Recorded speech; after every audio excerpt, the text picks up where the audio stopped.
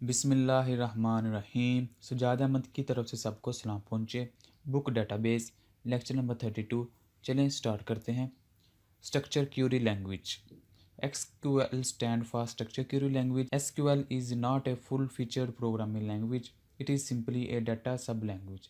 इनके जैसे हम प्रोग्रामिंग लैंग्वेज देखते थे पहले, visual basic, Pascal, COBOL, ETC, ये उस तरह की लैंग्वेज नहीं है। आल्दो ये प्रोग्रामिंग लैंग्वेज है लेकिन उस तरह की नहीं है। It mean that it only has language statement for the database definition and processing.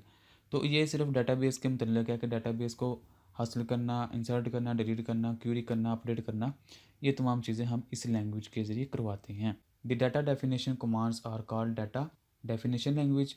The data query and data updating commands are called data manipulation language. तो इस तरह इसके दो मेन पार्ट होते हैं। SQL was developed by IBM.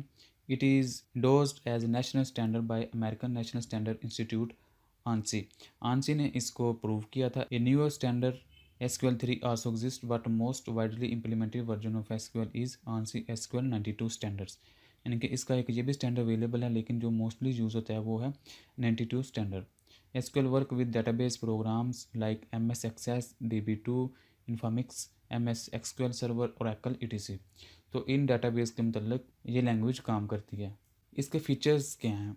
SQL is an English like language. English language की तरह ही है, जिस तरह इंग्लिश में वर्ड्स हैं इस तरह SQL के अंदर लफ्ज़ अवेलेबल है। It uses word like select, ये भी इंग्लिश का लफ्ज़ है, इंसर्ट इंग्लिश का लफ्ज़ है, डिलीट इंग्लिश का लफ्ज़ है। तो इनके SQL के अंदर एक ख़ास मायने मौजूद हैं। SQL is a non procedure language, user specific what to do not how to do.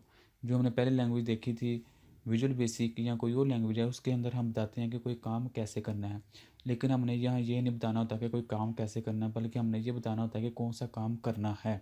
SQL does not require to specify the access method to the data. SQL commands are not case sensitive. Case sensitive मतलब अगर हमने कोई लफ्ज़ ये select बड़ी ABC में लिखा है या छोटी ABC में लिखा है, उसको कोई फ़र्क नहीं पड़ता, वो दोनों को पिक कर लेगा। SQL process sets of the records rather than the single record. ये एक एक वेरिएबल या एक एक चीज़ को प्रोसेस नहीं करता, बल्कि एक पूरे सेट ऑफ रिकॉर्ड्स को प्रोसेस करता है। The most common form of set of record is table, यानी कि पूरे टेबल को ये प्रोसेस करता है। ये सेट ऑफ रिकॉर्ड की एग्जांपल टेबल है। SQL can be use by range of user like DBA। SQL को मुख्तलिफ तरह के बंदे इस्तेमाल कर सकते हैं। DBA डेटाबेस एडमिनिस्ट्रेटर एक अलग बंदा होता है, एप्लीकेशन प्रोग्रामर एक अलग बंदा होता है, मैनेजमेंट पर्सनल एक अलग बंदा होता है, many other types of end user, और बहुत से एंड यूज़र इसको इस्तेमाल कर सकते हैं। SQL provides commands for variety of task including. SQL मुख्तलिफ तरह की कमांड प्रोवाइड करता है, जिसके अंदर क्यूरिंग डाटा है, इंसर्टिंग है, अपडेट है, deleting row in the table, यानी कि हम इस चीज़ को भी कर सकते हैं, creating, modify and deleting table. Database objects, database को भी हम डिलीट कर सकते हैं, मॉडिफाई कर सकते हैं, रोज़ को भी डिलीट कर सकते हैं, इंसर्ट कर सकते हैं। Controlling access of the database and database objects, और डेटाबेस को भी एक्सेस कर सकते हैं, कंट्रोल कर सकते हैं। तो इस तरह की चीज़ें जो हैं वो फीचर्स ज़ाहिर करते हैं SQL के। इस चीज़ को हम मज़ीद आने वाली वीडियो में देखेंगे। तब तक के लिए अल्लाह हाफिज़। Thank you for watching.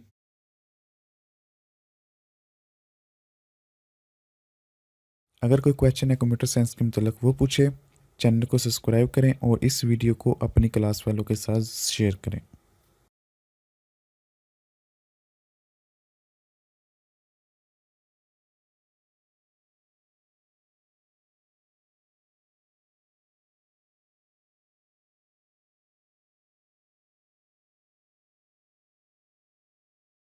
बिस्मिल्लाहिर्रहमानिर्रहीम। सजाद अहमद की तरफ से सबको सलाम पहुँचे। Book database lecture number 33। चलें स्टार्ट करते हैं।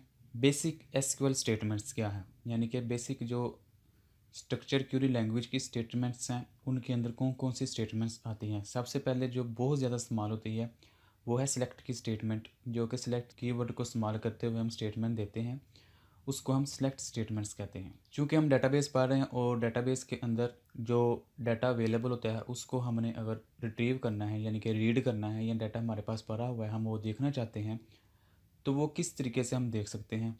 तो ये एक तकनीक जो इस्तेमाल की जाती है प्रोग्रामिंग के थ्रू, उसको SQL कहते हैं। और इसके अंदर मुख्तलिफ कीवर्ड्स हैं, जिसमें अंदर सेलेक्ट, डिलीट, अपडेट वगैरह आते हैं।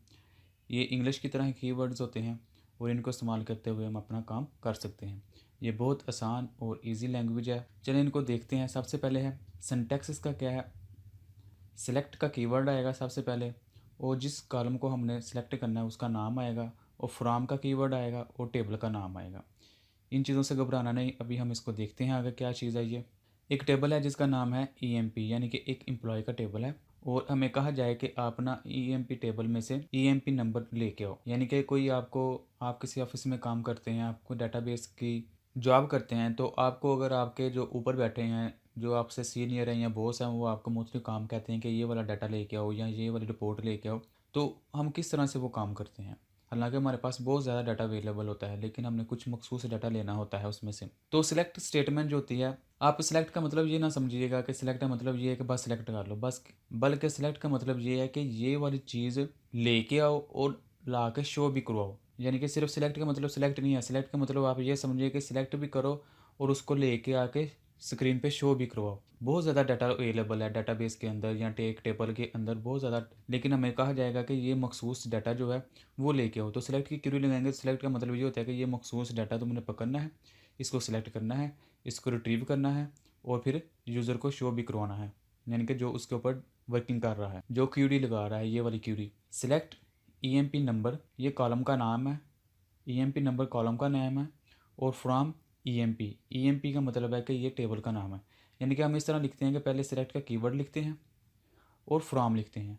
सिलेक्ट के बाद कॉलम करना है और फ्रॉम टेबल नेम। यानी कि फ़र्ज़ करें कि हम कहेंगे कि सिलेक्ट करो नेम फ्रॉम स्टूडेंट्स टेबल, यानी कि पहले हमने ये कहना है कि कौन सा कॉलम सेलेक्ट करना है, फिर बाद में कहना है कि कहाँ से करना है।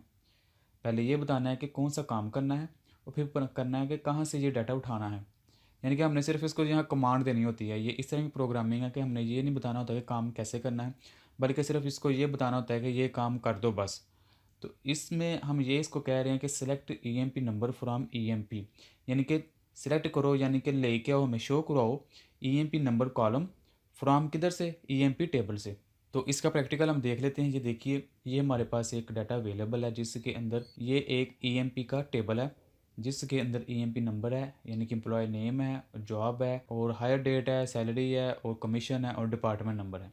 यानी कि एक एम्प्लॉय का टेबल है जिसके अंदर ये मुख्तलिफ कॉलम्स अवेलेबल हैं एक टेबल के अंदर। रिपोर्ट कोई अगर को मांग ले कि हमें सिर्फ नेम चाहिए, जितने भी हमारे पास एम्प्लॉय हैं उनके सिर्फ नेम चाहिए या उनके सिर्फ नंबर चाहिए, तो हम क्या करेंगे, हम कहेंगे क्यूरी लगाएंगे, सिलेक्ट करो ई नेम को, कहाँ से, ये टेबल में से, टेबल का नाम है एम्प्लॉय ईएमपी। तो इस तरह इसकी प्रोग्रामिंग होती है। तो इसका जो आंसर आएगा वो ये आएगा कि ये हमें सिलेक्ट जो हमने क्यूरी लगाई है वो ये दे देगा एम्प्लॉय नंबर और ये पूरे का पूरा रिकॉर्ड। यानी कि वैसे तो हमारे पास ये सारा डाटा अवेलेबल था, लेकिन हमें सिर्फ ये वाला डाटा उसने मखसूस करके दे दिया, क्योंकि हमने उससे कहा था कि सिलेक्ट करो ईएमपी नंबर फ्रॉम इस टेबल में से। इसकी मज़ीद एग्जांपल आगे देखते हैं। क्यूरी है कि write a query that display the columns EMP number and employee name from EMP. यानी कि ऐसी क्यूरी लिखें जो क्या करेगा कि एक ये कॉलम लेके आएगा, एक ये कॉलम लेके आएगा, कहाँ से, इस टेबल में से। जो एंड पे फ्रॉम के बाद आएगी चीज़ वो उसका मतलब होगा कि वो टेबल का नाम है, जो सिलेक्ट के बाद आएगा उसका मतलब है ये वो कॉलम्स के नेम है। तो हम इसकी क्यूरी लिखेंगे सिलेक्ट कर लो और हमें शो करो क्या, ईएमपी नंबर और एम्प्लॉय नेम, कहाँ से, ये टेबल का नाम है ईएमपी। तो ये हमारे पास ओरिजिनल डाटा है जिसके ऊपर हमने क्यूरी लगाई। तो जब हम इसकी क्यूरी रन करेंगे तो इसका जो आंसर आएगा वो एक ये कॉलम आएगा और एक ये कॉलम आएगा। तो इसका आंसर आप ये दे सकते हैं कि जब इसको रन करेंगे तो इसका रिजल्ट ये आएगा एम्प्लॉय नेम और एम्प्लॉय नंबर, ये दो कॉलम हमें शो हो जाएंगे। पहले हमने देखा कि किसी एक कॉलम को सिलेक्ट किया, फिर हमने देखा कि एक से ज़्यादा कॉलम को कैसे सिलेक्ट करते हैं। लेकिन अगर हमने सब के सब कॉलम को सिलेक्ट करने हो तो ऐसा नहीं है कि हम सब के सब कॉलम्स के नाम लिखते रहें, बल्कि अब क्या करना है, एक छोटा सा निशान है उसको डालेंगे, ये वाला निशान जो है इसको डालेंगे, तो इसका मतलब होता है कि तमाम के तमाम सेलेक्ट कर लो। तो इसका ये क्यूरी का मतलब यही है कि सिलेक्ट करो तमाम के तमाम कॉलम्स, कहाँ से, ईएमपी टेबल में से। यानी कि बजाय कि हम अगर 100 कॉलम्स है तो 100 कॉलम्स के नाम लिखने के बल्कि ये छोटा सा निशान डाल देंगे, तो इसका मतलब होगा कि तमाम के तमाम जितने भी कॉलम उसके अंदर अवेलेबल हैं वो शो करवा दो। तो अगर हम ये क्यूरी लगाएंगे तो ये हमारे पास ओरिजिनल डाटा है, यानी कि एक टेबल है हमारे पास एम्प्लॉय का, और जब ये क्यूरी रन करेंगे तो हमारा ये सारे का सारा ये ही रिकॉर्ड दोबारा आ जाएगा। यानी कि इसमें कोई रद्दोबदल नहीं होगा, क्योंकि हमने कहा है कि तमाम का तमाम रिकॉर्ड हमें शो करवा दो। ये तो चीज़ हो गई थी 3। कि एक हमने एक कॉलम को सिलेक्ट किया, फिर मल्टी कॉलम को सिलेक्ट किया और फिर तमाम के तमाम कॉलम को सिलेक्ट किया। अब अगर हमें कुछ ऐसा डाटा चाहिए जिसके अंदर डाटा डुप्लीकेट हो रहा है, हम कहते हैं हमें डुप्लीकेट डाटा नहीं चाहिए, बल्कि जितना भी डाटा अवेलेबल है वो सिर्फ एक दफ़ा ही चाहिए। फॉर एग्जांपल, इसकी हमें आगे एग्जांपल देख लेते हैं। Distinct keyword is use eliminate the duplicate row from the result of the select statement. यानी कि जितनी भी हमारे पास रोज़ आएंगे, फ़र्ज़ करें वैसे ओवरऑल डिपार्टमेंट हमारे पास 5 हैं, लेकिन अगर हमारे पास 1000 रिकॉर्ड अवेलेबल है तो ऐसा नहीं है कि हमने सिर्फ डिपार्टमेंट देखने के हमारे पास कितने डिपार्टमेंट हैं तो हम हज़ार की रो देखें, बल्कि हम ये कीवर्ड लिखेंगे डिस्टिंक्ट, और इसका मतलब होगा कि सिर्फ एक डिपार्टमेंट एक दफ़ा ही शो करवाओ, डुप्लीकेट चीज़ आ जाए तो उसको एलिमिनेट कर दो। Select district department number from EMP, यानी कि इसका मतलब है कि सिलेक्ट करो डिस्ट्रिक्ट सिर्फ एक दफ़ा है, डुप्लीकेट नहीं करना। किसको? डिपार्टमेंट नंबर को। किधर से? टेबल का नाम ईएमपी। तो ये हमारे पास ओरिजिनल डाटा अवेलेबल है जो कि एक टेबल है ईएमपी का। और अगर हम इसके ऊपर क्यूरी लगाएंगे तो डिपार्टमेंट नंबर आप इधर से देख सकते हैं, एक 20 है, एक 30 है और इसके बाद एक 10 है और इसके बाद कोई नहीं है। यानी कि बजाय कि हम हमारे पास 1000 का रिकॉर्ड है तो हम बाहर में से को देखेंगे इसके अलावा कोई है या नहीं है, हम ये छोटा सा कीवर्ड लिखेंगे तो इसकी मदद से क्या होगा कि जितने भी डुप्लीकेट है उसको एलिमिनेट कर देगा और सिर्फ एक दफ़ा एक रिकॉर्ड ही शो करवाएगा। तो जब इसको रन करेंगे तो इसका रिजल्ट ये आएगा 10, 20, 30। तो ये फ़ायदा है इसका डिस्टिंक्ट कीवर्ड लिखने का। इसके बाद डिस्ट्रिक्ट मल्टीपल कॉलम्स, यानी कि पहले हमने सिर्फ एक कॉलम के ऊपर ये क्यूरी लगाई थी, अगर हम एक से ज़्यादा कॉलम पे लगाना चाहें तो वो भी कर सकते हैं। Write a query that display district department number jobs from the EMP, यानी कि डिपार्टमेंट नंबर और जॉब डिस्टिंक्ट की हमने रिस्ट्रिक्शन लगानी है। तो इसकी क्यूरी ये होगी, सिलेक्ट करो डिस्ट्रिक्ट का मतलब है कोई डुप्लीकेट नहीं आना चाहिए। क्या चीज़? एक डिपार्टमेंट नंबर का कॉलम और एक जॉब का कॉलम। किस टेबल में से? ईएमपी टेबल में से। तो ये हमारे पास ईएमपी टेबल है और इसमें से जॉब जो है वो आएंगी। तो इधर से आप देख सकते हैं कि पहले हमने डिपार्टमेंट नंबर लिखा था, उसमें से 10 पहले आएगा और ये ना समझिए कि 10 रिपीट हो रहा है, बल्कि 10 एक दफ़ा ही आ रहा है, बल्कि 10 एक दफ़ा ही आ रहा है, लेकिन उसके साथ जितनी भी जॉब्स आ रही हैं वो भी एक एक दफ़ा ही आ रही है। ऐसा नहीं है कि 10 के साथ दोबारा मैनेजर आ जाए या 10 के साथ दोबारा क्लर्क आ जाए, बल्कि ये एक दफ़ा ही आई है क्योंकि 10 के साथ ये चीज़ें अटैच हैं तो फिर वो भी उसने शो करवानी है, क्योंकि हमने दो कंडीशन लगाई थी, एक जॉब वाली और एक डिपार्टमेंट नंबर की। आप ये देख सकते हैं डिपार्टमेंट नंबर इधर भी एक दफ़ा ही आया है और इधर भी एक दफ़ा ही आया है। बेशक ये 3 दफ़ा आया लेकिन एक दफ़ा आया है और उसके साथ साथ एक ही जॉब आई है। ऐसा नहीं है कि 10 के साथ मैनेजर भी आ जाए, क्लर्क भी आ जाए, फिर 20 के साथ क्लर्क आ जाए और 20 के साथ फिर क्लर्क आ जाए। तो हम इस तरह डिस्टिंक्ट कीवर्ड मल्टीपल कॉलम पे भी लगा सकते हैं। Thank you for watching. अल्लाह हाफिज़। अगर कोई क्वेश्चन है कंप्यूटर साइंस के मतलब वो पूछे, चैनल को सब्सक्राइब करें और इस वीडियो को अपनी क्लास वालों के साथ शेयर करें।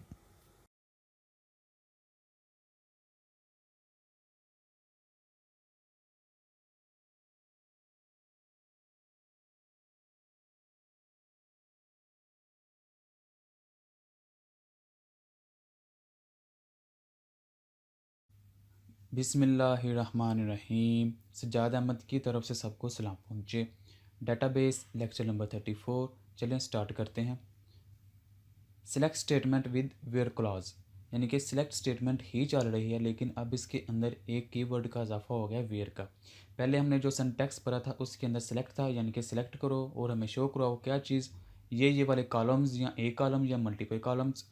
फ्रॉम किधर से? और टेबल का नाम। लेकिन अब इसके अंदर एक नई चीज़ का इजाफा हो गया, उसका नाम है वेयर और ये एक कंडीशन होगी।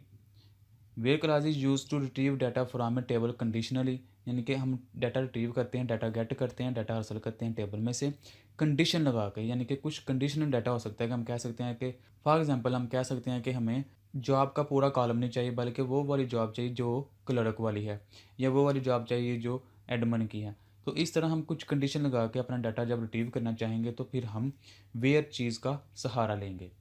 तो इसकी एग्जांपल देख लेते हैं। Write a query that display record of clerk from EMP. तो इसका मतलब है कि हमें क्लर्क क्या चीज़ है, क्लर्क एक जॉब का नाम है। तो हमें सबसे पहले पूरा एक कॉलम पकड़ना पड़ेगा जॉब वाला और फिर उसके ऊपर एक कंडीशन लगानी पड़ेगी कि ये वाली चीज़ हमें जॉब के अंदर चाहिए, सिर्फ क्लर्क वाली। तो इसमें आएगा सेलेक्ट करो तमाम के तमाम रिकॉर्ड फ्रॉम कहाँ से? ईएमपी टेबल में से। यानी कि अब क्या होगा कि तमाम का तमाम रिकॉर्ड हमें मिल जाएगा ईएमपी टेबल का, लेकिन हम साथ में कंडीशन दे दी है वेयर जहाँ जहाँ job is equal to clerk, जिधर जिधर जॉब आ जाए क्लर्क, आपने वो वाले तमाम रिकॉर्ड हमें दे देने हैं। तो इसका मतलब ये है कि जॉब के अंदर एक ये क्लर्क है और एक ये क्लर्क है और एक ये क्लर्क है और एक ये क्लर्क है। जब हम इस क्यूरी को रन करेंगे तो इन चार का रिकॉर्ड हमें अवेलेबल होगा। तो ये आप देख सकते हैं कि ये स्मिथ क्लर्क है, एडमन, जेम्स, मिलर, ये चार का रिकॉर्ड हमें आ गया है। बकाया सब चीज़ उसने एलिमिनेट कर दी है। तो इस तरह होता है कि हमें अगर कुछ मखसूस रिकॉर्ड चाहिए हो तो हम वेयर क्लास का सहारा लेते हैं। वेयर के अंदर हम कंडीशन लगा देते हैं। और ये जो चीज़ लिखी हुई है कोटेशन के अंदर, ये क्या चीज़ है इसको भी देख लेते हैं। Using quotes, SQL uses single quotes around text values. Most database system also accept double values. यानी कि वो कह रहा है कि SQL सिंगल के अंदर भी आप लिखें ये वाली चीज़ या डबल के अंदर भी लिखें तो ये एक्सेप्टेबल है। यानी कि अगर हमने जब कंडीशन लगानी है तो इसकी जो वैल्यू हमने सिंगल में देनी है या डबल में देनी है, एक्सेप्टेबल है। फिर आगे write a query that display the EMP table in a alphabetical order with respect name. यानी कि हमने ऐसी क्यूरी लिखनी है जिसके अंदर एक टेबल है और टेबल के अंदर एम्प्लॉय के नेम्स हैं, और वो एम्प्लॉय के नेम्स जो हैं वो हमें अल्फ़ाबेटिकली, यानी कि सबसे पहले ए वाले नेम, फिर बी वाले नेम, फिर सी वाले नेम, फिर डी वाले नेम, ये चाहिए। तो उसके लिए हम क्या करते हैं, सेलेक्ट करो तमाम के तमाम, यानी कि रिकॉर्ड ले आओ। कहाँ से? एम्प्लॉय टेबल में से। अब कंडीशन क्या है? Order by E name. Order का मतलब है कि उसको ऑर्डर से, अगर तो वो होगा ABC वाली चीज़ तो वो ABC के वाले से ऑर्डर कर देगा, अगर 1 2 वाली चीज़ होगी तो वो 1 2 के 3 के लिहाज से ऑर्डर कर देगा। और किसको करना है? एम्प्लॉय नेम को। तो ये हमारे पास ओरिजिनल डाटा है जिसके अंदर सबसे पहले स्मिथ आ रहा है, फिर एलन, वार्ड, जो भी है, Jones, Martin, Blake, Clark, Scott, King. तो ये अल्फ़ाबेटिकल ऑर्डर में नहीं है। सबसे पहले S आ रहा है, फिर A, फिर W, फिर J, फिर M, B। तो जब हम इस क्यूरी को रन करेंगे तो इसका आंसर कुछ इस तरह आएगा कि सबसे पहले A वाले आएंगे, फिर B वाला आएगा, फिर C वाला, फिर F, इस तरह Z तक चलता जाएगा। तो इस तरह अगर हमने कोई चीज़ ऑर्डर में देखनी हो तो हम ये कहते हैं कि ये हमें रिकॉर्ड ऑर्डर बाय लेके आओ। तो ऑर्डर का हम सहारा लेके इस चीज़ को अचीव कर सकते हैं। फिर उसके बाद अगर हमें कोई प्रॉब्लम हो, write a query that display employee name, job and salary columns of employee table in a descending order by sal. यानी कि वो कह रहा है कि ऐसी क्यूरी लिखें जिसके अंदर ये वाला कॉलम लेके आओ, ये वाला कॉलम लेके आओ और ये वाले कॉलम का रिकॉर्ड लेके आओ। और उसने एक साथ कंडीशन भी लगा दी है कि डिसेंडिंग, पहले हमने देखा था वो सेंडिंग ऑर्डर था यानी कि ऊपर से नीचे, अब डिसेंडिंग मतलब उल्ट ऑर्डर में लेके आओ।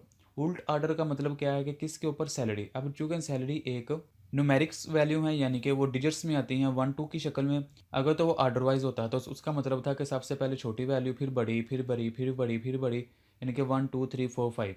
तो इस तरह उसका ऑर्डर बन जाना था। लेकिन इधर उन्होंने कहा डिसेंडिंग ऑर्डर। तो डिसेंडिंग का मतलब है कि पहले सबसे बड़ी, फिर छोटी, फिर छोटी, फिर छोटी, फिर छोटी। तो इसकी क्यूरी की होगी कि सेलेक्ट करो। हम इसको इस तरह भी लिख सकते हैं, जब हमने एक से ज़्यादा चीज़ें लिखनी हो तो हम इसको इस तरह भी लिख सकते हैं। सेलेक्ट करो एम्प्लॉय नेम को, जॉब को और सैलरी को। तो ये क्यूरी आएगी कि हमने पहले सेलेक्ट करना है किसको? ई नेम को, जॉब को और इस सैलरी को। फिर उसके बाद उसने कहा कि कहाँ से सेलेक्ट करना है? एम्प्लॉय टेबल में से। ये टेबल का नाम है। ऑर्डर कर दो इसको, ऑर्डर बाय। ऑर्डर क्या चीज़ करनी है? सैलरी। यानी कि नेम को ऑर्डर नहीं करना, जॉब को ऑर्डर नहीं करना, बल्कि सैलरी को ऑर्डर करना है। वो कैसे ऑर्डर करना है? डिसेंडिंग। तो मतलब सबसे पहले बड़ी, फिर छोटी, फिर छोटी, फिर छोटी, फिर छोटी। तो जब हम इस क्यूरी को रन करेंगे तो इसका आंसर हमें कुछ इस तरह मिलेगा कि सबसे पहले बड़ी आएगी वैल्यू, फिर उससे छोटी, फिर उससे छोटी, इस तरह करते करते करते ये डिसेंडिंग ऑर्डर में हमें डाटा अवेलेबल हो जाएगा। ये चीज़ किस लिहाज से आती है, हमें इससे कोई परवाह नहीं, क्योंकि जो चीज़ उन्होंने कहा कि हमें सैलरी के लिहाज से डाटा चाहिए कि जिसकी सैलरी सबसे बड़ी है, या वो हमें डाटा सबसे पहले शो होना चाहिए। तो ये रिक्वायर्ड डाटा हमें मिल जाएगा। फिर इस तरह हम ऑर्डर कर सकते हैं मैनी कॉलम्स को। अभी तो हमने एक का टाइम पे एक कॉलम को ऑर्डर किया है, यानी कि ऑर्डर डिसेंडिंग होगा या सेंडिंग होगा। तो पहले हमने नेम को ऑर्डर किया था, फिर हमने सैलरी को ऑर्डर किया है डिसेंडिंग ऑर्डर में। और इसमें देख सकते हैं write a query that display name and salary of all employee from EMP table. यानी कि नेम शो करना है और सैलरी शो करनी है। कहाँ से? EMP टेबल में से। ये टेबल है। Result should be sorted in ascending order by department number and in descending order by the sal. यानी कि जो डिपार्टमेंट नंबर है उसका ऑर्डर असेंडिंग होना चाहिए और सैलरी का ऑर्डर डिसेंडिंग होना चाहिए। तो यहाँ एक चीज़ समझने वाली है कि हमने दो चीज़ें उनको बताई हैं, एक डिपार्टमेंट नंबर को जो कि असेंडिंग आर्डर में है और सैलरी को जो कि डिसेंडिंग आर्डर में है। पहली चीज़ तो आपने ये समझनी है कि अगर कुछ भी ना लिखा हो सेंडिंग या डिसेंडिंग तो वो बाय डिफ़ॉल्ट असेंडिंग आर्डर होता है, यानी कि डिसेंडिंग आर्डर नहीं होता। अगर हम कुछ भी ना लिखें तो बाय डिफ़ॉल्ट वो असेंडिंग आर्डर होता है। अगर कुछ ना लिखा हो तो असेंडिंग आर्डर, अगर कुछ लिखा हो तो वो आपकी मर्ज़ी, आप असेंडिंग लिखना चाहते हैं या डिसेंडिंग लिखना चाहते हैं। तो पहली चीज़ जो आपने समझनी है कि वो ये है कि डिपार्टमेंट के साथ कुछ भी नहीं लिखा तो इसका मतलब है ये असेंडिंग है, तो ये चीज़ फुलफिल हो जाएगी। और दूसरा, जो सैलरी के साथ डिसेंडिंग लिखा है तो इसका मतलब है ये डिसेंडिंग में होगा। चूंकि डिपार्टमेंट के साथ कुछ नहीं लिखा तो ये असेंडिंग है, तो असेंडिंग का मतलब है कि सबसे पहले छोटा डिपार्टमेंट आएगा। छोटा डिपार्टमेंट कौन सा है इनमें से? हमने शुरू में देखा था कि डिपार्टमेंट 3 थे, एक 10 नंबर और एक 20 नंबर और एक 30 नंबर। तो सबसे पहले 10 नंबर वाले आएंगे रिकॉर्ड, जो 10 नंबर डिपार्टमेंट से बिलोंग करते हैं। वो रिकॉर्ड तो आ गए, लेकिन अब उनको दूसरी कंडीशन जो लगी है वो सैलरी की डिसेंडिंग के लिहाज से है, यानी कि इनके अंदर जो सैलरी आएगी वो डिसेंडिंग है, सबसे पहले बड़ी फिर छोटी फिर छोटी। सेम इसी तरह एक कंडीशन पूरी हो गई, यानी कि डिपार्टमेंट असेंडिंग में और सैलरी डिसेंडिंग में। फिर दूसरा जो है डिपार्टमेंट आएगा, 10 के बाद 20 नंबर डिपार्टमेंट आएगा, और 20 नंबर डिपार्टमेंट के अंदर जो सैलरीज आएंगी वो डिसेंडिंग आर्डर में आएंगी, सबसे पहले बड़ी फिर उससे छोटी फिर उससे छोटी फिर उससे छोटी फिर उससे छोटी। फिर डिपार्टमेंट चूँकि असेंडिंग में है, छोटे से बड़े की तरफ जा रहा है, पहले 10 आएगा फिर 20 आएगा फिर 30 आएगा। 30 वाले रिकॉर्ड जो आएंगे उनके अंदर जो सैलरीज हैं सबसे पहले बड़ी आएगी फिर छोटी आएगी फिर छोटी फिर छोटी फिर छोटी। तो इस चीज़ को आप समझ लें कि पहले उन्होंने डिपार्टमेंट को असेंडिंग आर्डर में लिखा है, यानी कि छोटा फिर बड़ा फिर बड़ा। फिर उनके अंदर जो जो रिकॉर्ड आ रहे हैं उनको फिर तरतीब दी गई है कि पहले बड़ी वाली सैलरी फिर उससे छोटी फिर उससे छोटी, क्योंकि वो डिसेंडिंग ऑर्डर में शर्त दी गई है। तो आप इसको समझने की कोशिश करें, ये एक ट्रिकी क्वेश्चन है। ऑपरेशंस इन एसक्यूएल, एसक्यूएल के अंदर कौन कौन से ऑपरेशन किए जाते हैं? तो सबसे पहले अर्थमेटिक ऑपरेशन वही है, प्लस है माइनस है मल्टीप्लिकेशन और डिवीजन है। वो कैसे हम करते हैं कि write a query that display the E name annual salary and commission from EMP table, यानी कि ऐसी क्यूरी लिखें जिसके अंदर ई नेम शो हो रहा हो, सैलरी शो हो रही हो, कमीशन शो हो रहा हो, कहाँ से? ईएमपी टेबल में से। तो सिंपल वही है, सेलेक्ट करो क्या, ई नेम सैलरी कमीशन। चूँकि सैलरी वहाँ मंथली थी और इन्होंने कहा एनुअली, ये भी आप ट्रिकी क्वेश्चन है इसको समझने के, यहाँ उन्होंने एनुअली, तो एनुअली का मतलब है एक साल। तो एक साल की तनख्वाह के लिए हमें इससे मल्टीप्लाई करना पड़ेगा 12 से, क्योंकि वहाँ एक मंथ की सैलरी है। तो इस तरह हम बाद बच्चे सिर्फ ई नेम सैलरी और कमीशन लिख देते हैं, रिजल्ट तो आ जाएगा लेकिन वो एनुअली का नहीं आएगा सैलरी, बल्कि वो मंथली सैलरी आएगी। बेसिकली यहाँ ये बताना चाह रहे हैं कि हम क्यूरी के अंदर मल्टीप्लिकेशन भी कर सकते हैं। तो क्वेश्चन ये है कि सिलेक्ट करो ई नेम सैलरी जो कि एनुअली है और कमीशन। तो जब इसमें को क्यूरी को रन करेंगे तो यहाँ से आएगा ई नेम, ये वाला कॉलम आ जाएगा, और सैलरी इसको मल्टीप्लाई करके 12 से वो वाला कॉलम आ जाएगा जो न्यू कॉलम बनेगा, और इसके कमीशन वाला कॉलम आ जाएगा। तो इसको जब हम रन करेंगे तो ये देख लें आप, ये नेम वाला कॉलम आ जाएगा और ये सैलरी वाला कॉलम आ जाएगा और ये कमीशन वाला कॉलम आ जाएगा। यानी कि बेसिकली ये बताया गया कि हम क्यूरी के अंदर मल्टीप्लिकेशन भी कर सकते हैं। ऑपरेटर प्रीसीडेंस, यानी कि जब हम कोई चीज़ करते हैं मल्टीप्लिकेशन ज़रब तकसीम, तो उनके ऑर्डर्स क्या होंगे? तो इनकी एक हायरार्की है जिसके अंदर मल्टीप्लिकेशन और डिवीजन को पहले प्रेफर दी जाती है और एडिशन और सब्ट्रैक्शन को बाद में प्रेफर दी जाती है, जैसा कि नॉर्मल तौर पर मैथ में भी होता है कि पहले बड़ी ब्रैकेट हल करते हैं, फिर वो कर्लीज ब्रैकेट और फिर वो छोटी ब्रैकेट, ये वाली चीज़ें। तो इसके अंदर उन्होंने कहा है कि सिलेक्ट करो ई नेम सैलरी के अंदर, यानी कि अगर हमने किसी को 250 रुपये एक्स्ट्रा भी देने हों एनुअली के अलावा, तो उसको हम किस तरह हैंडल करेंगे? तो वो सैलरी होगी बेसिकली, उसके अंदर प्लस करेगा 250 और मल्टीप्लाई करेगा 12 से, जो कि उसका एनुअली बनता है।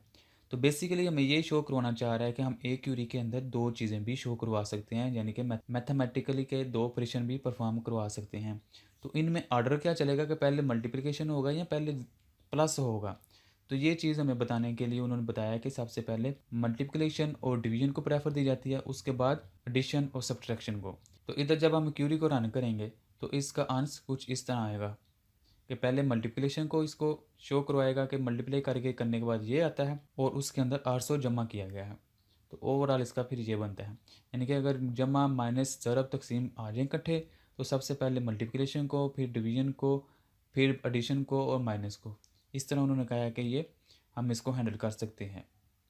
फिर सिलेक्ट करें ई नेम और सैलरी के अंदर 250 अगर ऐड करना हो वो, और एनुअली, यानी कि जो पहले था वो मल्टीप्लाई हो रहा था 12 के साथ, जो 250 था वो 12 के साथ मल्टीप्लाई हो रहा था। लेकिन अब हमने इधर क्या करना है, पहले ये छोटी ब्रैकेट हल करनी है और इसके अंदर जो भी ऑपरेशन आएगा पहले वो परफॉर्म करना है, जिनका जो आंसर आएगा उसको फिर मल्टीप्लाई करेंगे। अगर ये छोटी ब्रैकेट ना होती तो हमने पहले मल्टीप्लाई करना था, चूँकि अब छोटी ब्रैकेट है, छोटी ब्रैकेट हमें ये शो करवा रही है कि पहले ये आप इसके अंदर जो पोर्शन है पहले उसको कवर करो, ये वाला, और बाद में जो इसका आंसर आएगा उसको इसके साथ मल्टीप्लाई करेंगे। तो ये हमें हमारा बेसिक टेबल है, तो इसके अंदर पहले 250 ऐड होगा और फिर 12 से मल्टीप्लिकेशन होगी, तो तब इसका ये आंसर आएगा कि 800 में से 250 ऐड होगा और फिर 12 से मल्टीप्लाई हो गया, तो इसका आंसर ये आएगा। पहले क्या था, पहले 12 से 250 पहले मल्टीप्लाई हो रहा था, बाद में 800 ऐड हो रहा था, लेकिन अब यहाँ क्या है कि 800 में 250 पहले जमा हो रहा है और भाई 12 से मल्टीप्लाई हो रहा है। Thank you for watching. अल्लाह हाफिज़। अगर कोई क्वेश्चन है कंप्यूटर साइंस के मतलब वो पूछे, चैनल को सब्सक्राइब करें और इस वीडियो को अपनी क्लास वालों के साथ शेयर करें।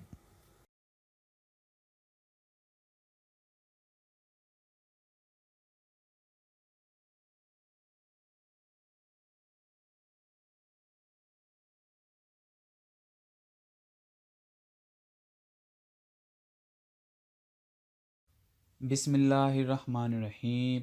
Book database lecture number 35। चलें स्टार्ट करते हैं। रिलेशन ऑपरेटर, पहले हमने क्या देखा था कि मल्टीप्लाई भी कर सकते हैं, डिवीजन भी कर सकते हैं और एडिशन भी कर सकते हैं। और अब इसके अलावा जो ऑपरेशन इस्तेमाल कर सकते हैं वो है रिलेशन ऑपरेटर, यानी कि इसके अंदर ग्रेटर देन का भी असाइन हम इस्तेमाल कर सकते हैं क्यूरी के अंदर, लेस देन का, इक्वल टू का, greater than, equal to, less than और नॉट इक्वल टू का। कैसे कर सकते हैं, चलें स्टार्ट करते हैं। एग्जाम्पल है कि write a query display name, job and department of all the clerks, यानी कि नेम शो करवाने हैं, जॉब शो करवानी है, डिपार्टमेंट शो करवाने हैं, जितने भी क्लर्क के रिकॉर्ड हैं। तो इसके अंदर हम कैसे लिख सकेंगे, सिलेक्ट करो ई नेम, यानी कि इन्होंने कहा है कि नेम शो कराओ, फिर उन्होंने कहा कि जॉब शो कराओ, जॉब आ जाएगा, फिर डिपार्टमेंट और डिपार्टमेंट आ जाएगा, यानी कि ये वाले कॉलम सिलेक्ट कर लो। फ्राम किधर से, ये भी टेबल में से, ये तो पहली बात है जो हम करते रहे हैं। और अब शर्त क्या है, where job is equal to clerk, तो जहाँ जहाँ job is equal to clerk है वो वाले हमें रिकॉर्ड शो करवा दो, पूरे का पूरे टेबल शो नहीं करवाना, बल्कि सिर्फ हमें ये 3 चीज़ें शो करवानी है, नेम, जॉब, डिपार्टमेंट। तो आप ये देख सकते हैं, नेम आ गया, जॉब आ गया और डिपार्टमेंट आ गया, किनका, जिनका सिर्फ job is equal to clerk है। तो ये हमारे पास पूरा रिकॉर्ड है ये वाला। तो अगर हम इसके ऊपर क्यूरी लगाते हैं तो एक ये वाला क्लर्क, एक ये वाला, एक ये वाला, एक ये वाला कलर का हमें रिकॉर्ड आ जाएगा। लेकिन किन किन का आएगा, जॉब का, नेम का और डिपार्टमेंट नंबर का, यानी कि पूरा टेबल नहीं आएगा, बल्कि ये 3 चीज़ें मखसूस आएंगी। यानी कि ये एग्जांपल थी इज इक्वल टू की, job is equal to clerk. अब अगर हमने ग्रेटर की एग्जांपल देखनी हो, write a query that display are the department name with department number greater than 20, यानी कि वो वाले तमाम डिपार्टमेंट जो 20 से बड़े हैं। बेसिकली हमने क्या देखा था कि, तो ये एग्जांपल है ग्रेटर देन वाली। हम क्या देखते हैं इसमें, write a query that display all the department names with department number greater than 20, यानी कि वो तमाम रिकॉर्ड शो करवाओ जिनके डिपार्टमेंट नंबर 20 से ज़्यादा हैं। कोई भी टेबल उन्होंने दिया हुआ है, हम इस पर एग्जांपल देख लेते हैं। सेलेक्ट करो डिपार्टमेंट नेम को, डिपार्टमेंट नंबर को, फ्रॉम कहाँ से, डिपार्टमेंट टेबल से।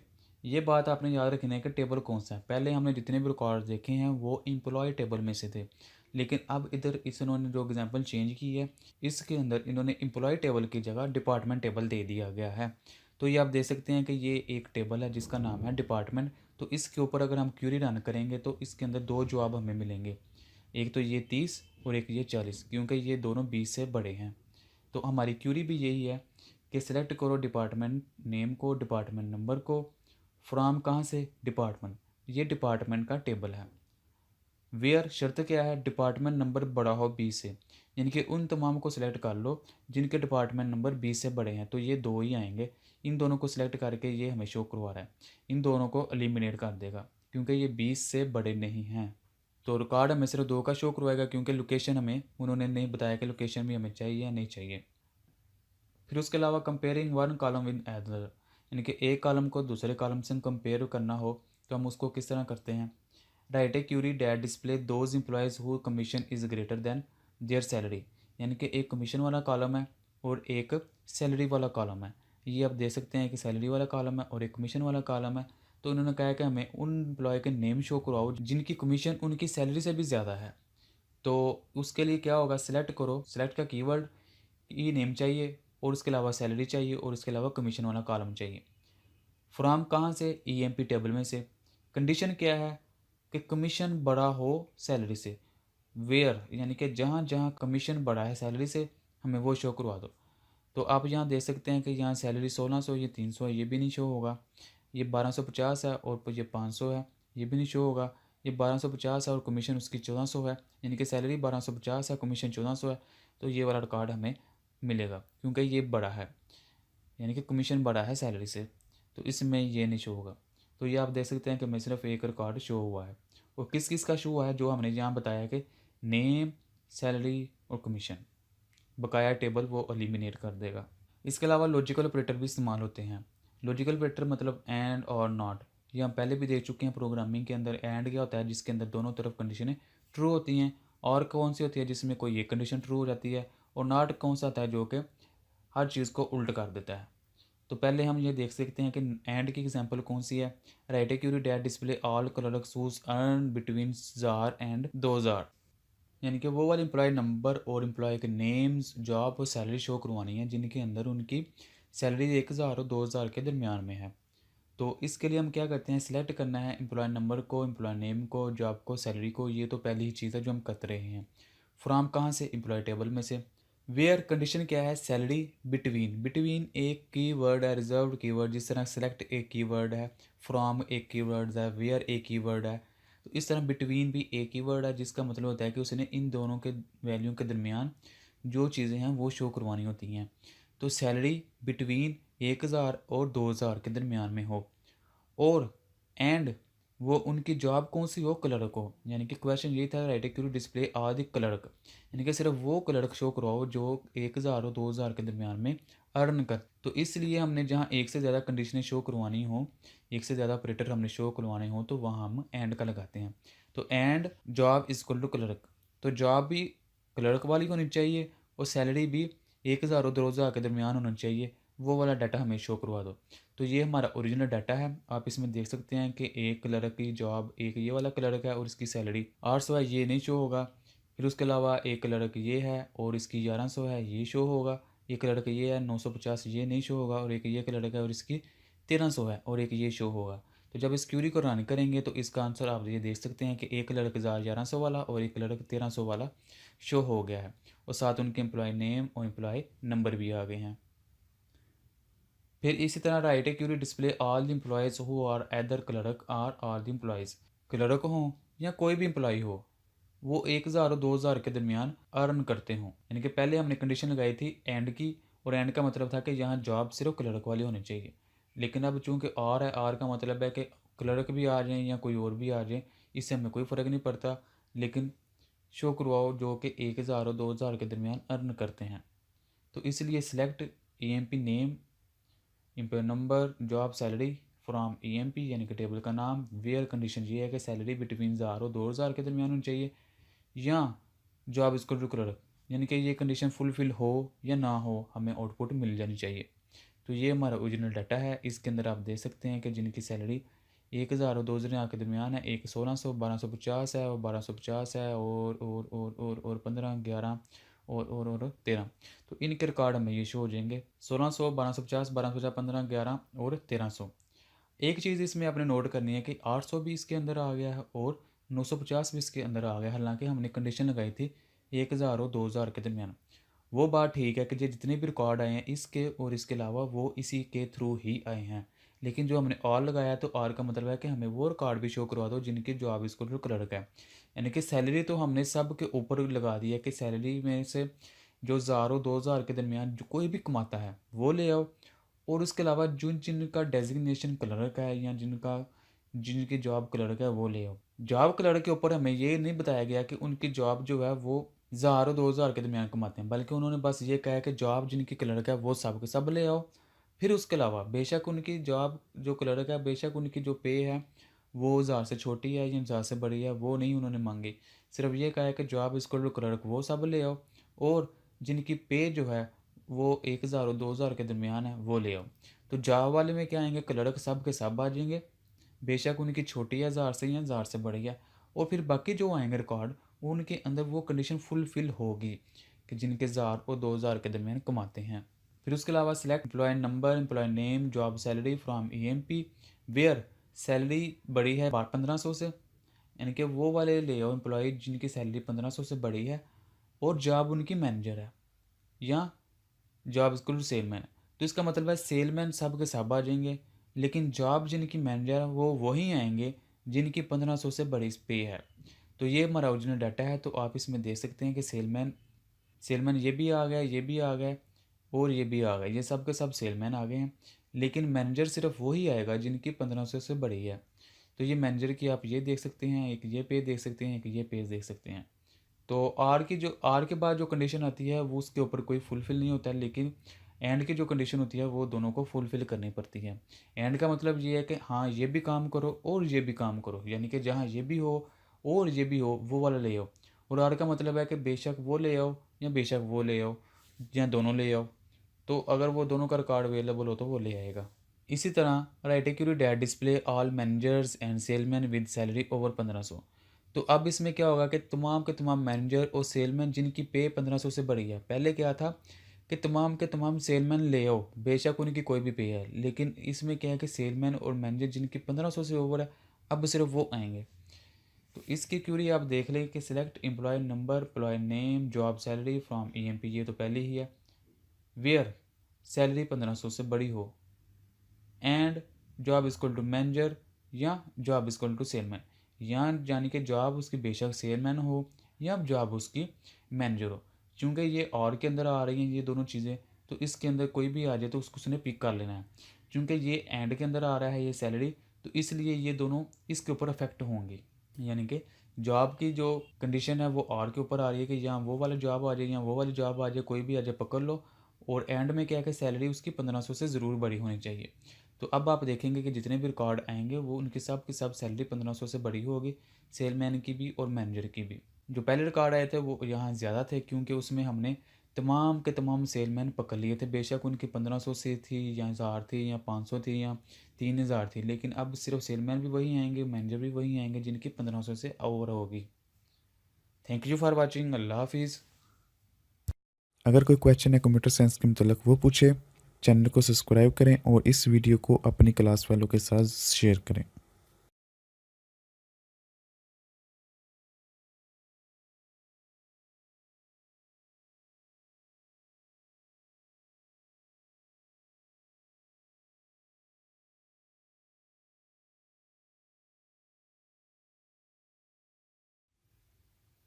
बिस्मिल्लाहिर्रहमानिर्रहीम। सजाद अहमद की तरफ से सबको सलाम पहुँचे। Book database lecture number 36। चलें स्टार्ट करते हैं। इन ऑपरेटर, इन ऑपरेटर कब इस्तेमाल किया जाता है? ये एक कीवर्ड है, रिजर्व्ड कीवर्ड, जो एसक्यूएल के अंदर इस्तेमाल किया जाता है। एसक्यूएल मतलब स्ट्रक्चर क्यूरी लैंग्वेज।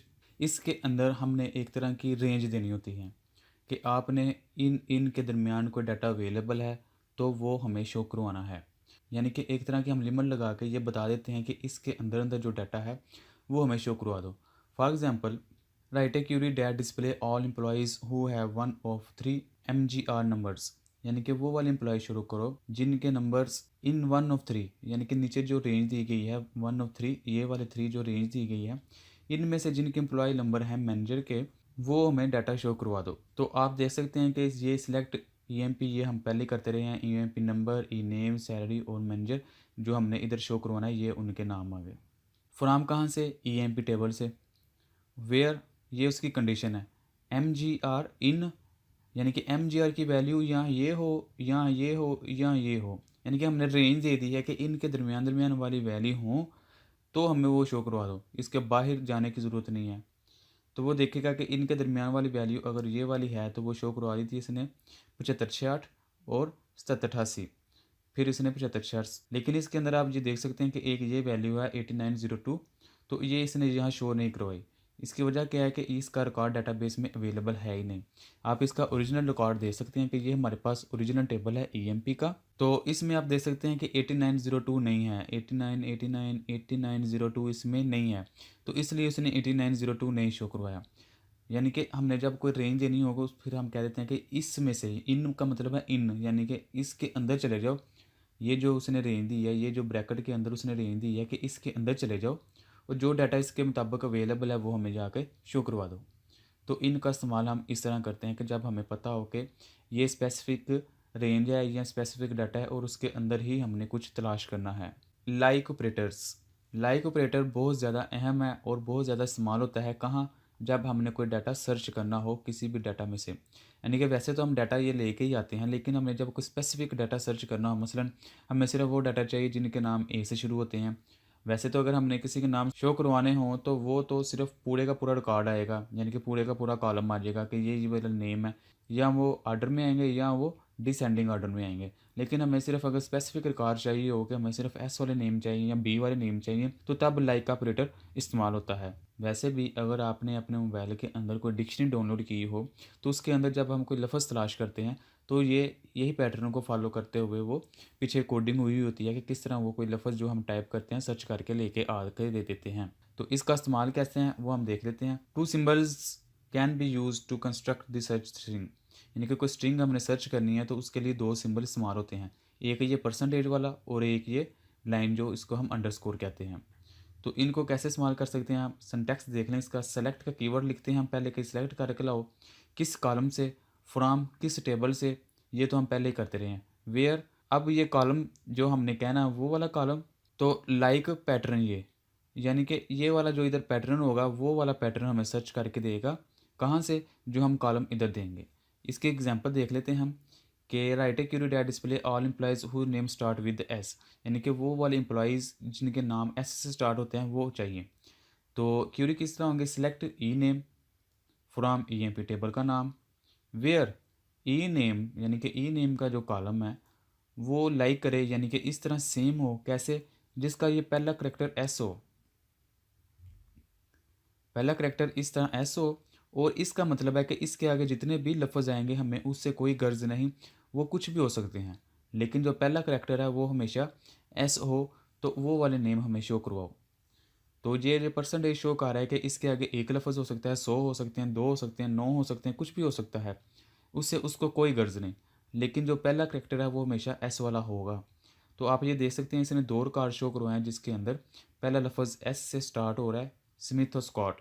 तो इस तरह अगर हमने कोई स्पेसिफिक डाटा देखना हो, पहले तो हम देखते थे कोई स्पेसिफिक कॉलम या स्पेसिफिक रेंज के अंदर या फिर स्पेसिफिक ऑर्डर के अंदर, लेकिन अगर हमने ऑर्डर एक कॉलम के अंदर ही कोई स्पेसिफिक डाटा देखना हो, जिस तरह ये एस वाला रिकॉर्ड, तो हम इस तरह इसको सर्च कर सकते हैं। इसके अलावा जो अंडरस्कोर है उसको भी हम सर्च के लिए यूज़ कर सकते हैं। The underscore sign can be use to search for specific number of characters, यानी कि हमने तो पहले अभी जो देखा वो सिर्फ एक करेक्टर, यानी कि जो सिर्फ पहला नंबर जो है एक लफ्ज़ के अंदर जो पहला करेक्टर है उसको सर्च करने के लिए हमने परसेंटेज का इस्तेमाल किया।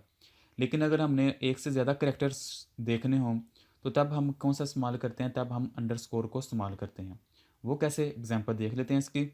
Right a query that display employee name who name consist of 4 character, यानी कि उन तमाम एम्प्लॉय के नेम शो कराओ जिनका नाम 4 करेक्टर पर मुश्तमिल है। तो इस तरह ये काम परसेंटेज वाला साइन नहीं कर सकता था, वो भी सर्च करता है लेकिन वो उसका ओ टाइप का कमाल है, इसका ओ टाइप का कमाल है। तो इसको आप देख सकते हैं कि सिलेक्ट करो E name from E M P table, हम ये पहले देख चुके हैं। वेयर ई नेम, जहाँ ई नेम लाइक, तो ये एक तरह की ना 4 अंडरस्कोर हैं, 1 2 3 4, यानी कि इसके अंदर कुछ भी वैल्यू आ सकती है, उसको इससे कोई गर्ज नहीं कि इसके ऊपर कौन सी वैल्यू आएगी, लेकिन अभी उसने सिर्फ काउंट करके बताना है कि जिनके 4 करेक्टर हैं वो वाला हमें डाटा शो करवा दो। तो इसको हम देख सकते हैं कि जैसे ही क्यूरी रन होगी तो इधर सिर्फ वो वाले रिकॉर्ड आएंगे जिनके डाटे के अंदर 4 करेक्टर होंगे, यानी कि जिनके नेम के अंदर 4 करेक्टर होंगे, सिर्फ वो डाटा शो होगा। तो इसको ओ टाइप से भी हम इस्तेमाल कर सकते हैं। Write a query display the name of all employees where the third letter of the name is dash a, यानी कि उनका नाम थर्ड करेक्टर जो होगा वो ए वाला होगा, वो वाले नाम शो करवा दो। तो ये दो चीज़ें हम पहले देख चुके हैं इन select E name from EMP where E name like, ये 2 अंडरस्कोर हैं, एक ये वाला और एक ये वाला, ये तीसरे नंबर पे ये आ जाएगा। और इसके आगे कुछ भी आए, पंच रेंज का मतलब है कि इसके आगे कुछ भी आए उनको कोई गर्ज नहीं। ये एक करेक्टर भी हो सकता है, 2 भी हो सकते हैं, 3 भी हो सकते हैं, कितने मर्जी हों, उसको इससे कोई गर्ज नहीं। लेकिन इसकी शर्त ये है कि पहला करेक्टर छोड़ के, दूसरा करेक्टर छोड़ के, तीसरे नंबर पर जो करेक्टर है वो वाला हमेशा ए हो, तो वो वाला डाटा हमें शो करवा दो। तो आप इधर देख सकते हैं कि जो 3 उसने रिकॉर्ड शो करवाए हैं, पहले उससे कोई गर्ज नहीं, दूसरा उसका कोई गर्ज नहीं, तीसरे पे अगर ए है तो वो शो करवा देगा, आगे कुछ भी है उससे कोई गर्ज नहीं। इसी तरह तीसरे नंबर पे भी ए है और इसमें भी तीसरे नंबर पे भी ए है। तो इस तरह इस चीज़ का इस्तेमाल करके हम कोई स्पेसिफिक डाटा अपनी मर्ज़ी का सर्च कर सकते हैं। जब ए हमारे पास बहुत ज़्यादा डाटा अवेलेबल हो, या फिर अगर कोई डाटा थोड़ा भी अवेलेबल है तो उसके अंदर इस तरह तलाश करना कि ए किधर है या बी किधर है, तो इस तरह हम इस प्रॉब्लम को सॉल्व कर सकते हैं। इसके बाद आ जाता है is null operator. Is null operator is use to test null value, यानी कि जो नल वैल्यू स्टोर होती हैं उनको शो करवाने के लिए या उसके ऊपर कोई क्यूरी करने के लिए ये ऑपरेटर इस्तेमाल होता है। यानी कि ये सिर्फ चेक करता है कि नल है या नहीं है। तो इसको हम प्रैक्टिकली देख लेते हैं। Write a query that display all employees who have manager MGR, यानी कि तमाम एम्प्लॉय का डाटा जिनका मैनेजर है वो हमें शो करवा दो। तो आप ये देख सकते हैं कि सिलेक्ट किया ई नेम और मैनेजर, ये पहले भी किया है, फ्रॉम EMP टेबल वेयर, इस चीज़ को अब आप समझें। अगर तो वो कहता है कि तमाम के तमाम वो शो कराओ जिसके नल वैल्यू हैं, अगर तो वो कहता है कि तमाम वो डाटा शो कराओ जिनकी वैल्यू मैनेजर की नल हैं, तो हमें सिर्फ वो वाली वैल्यू शो होनी थी जिनकी नल होती। लेकिन इधर उन्होंने कहा है कि हमें वो वाली शो करवाओ जिनके तमाम के तमाम मैनेजर हैं। तो इसका मतलब है कि इज़ नॉट नल, यानी कि जो नल नहीं है। जब नल नहीं है तो मतलब है कुछ ना कुछ वैल्यू होंगी। नल का मतलब है कोई वैल्यू नहीं है। और अगर यहाँ लिखा होता है कि मैनेजर इज़ नल, तो इसका मतलब होना था कि वो वाला डाटा शो करवा दो जिसके मैनेजर नल हैं, यानी कि जिसका मैनेजर नहीं है। कुछ बंदे ऑर्गेनाइजेशन के अंदर ऐसे भी होते हैं जिनके ऊपर कोई मैनेजर नहीं होता। फॉर एग्जांपल कंपनी का CEO, उसके ऊपर कोई मैनेजर नहीं होता, या कोई एडमन है उसके ऊपर कोई मैनेजर नहीं होता।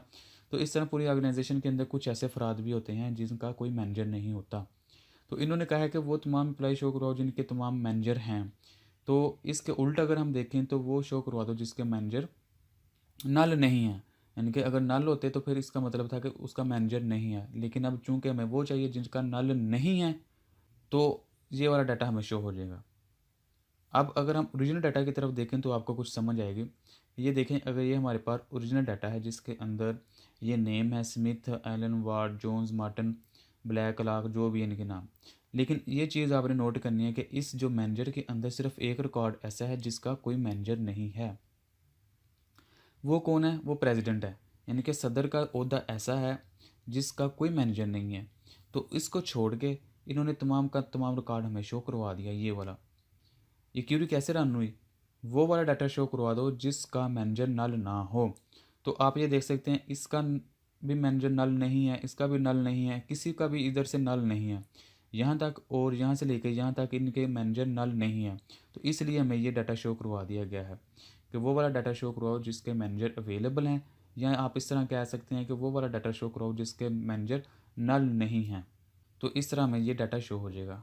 ज़रा ट्रिकी क्वेश्चन है, आप इसको रजिस्टर पे हल करने की कोशिश करें और इसको समझने की कोशिश करें कि नॉट नल और इज़ नल ये किस तरह आपस में गड़बड़ हो रहा है और किस तरह इसकी आउटपुट आ रही है। यानी कि नॉट नल का मतलब यही है कि नल ना हो। तो आप ये देख सकते हैं कि जो नल नहीं है वो वाला सारा डाटा शो करवाया, इधर से इतना और इधर से इतना, इसको शो नहीं करवाया। क्यों? क्योंकि ये नल है। Thank you for watching. अल्लाह हाफिज़।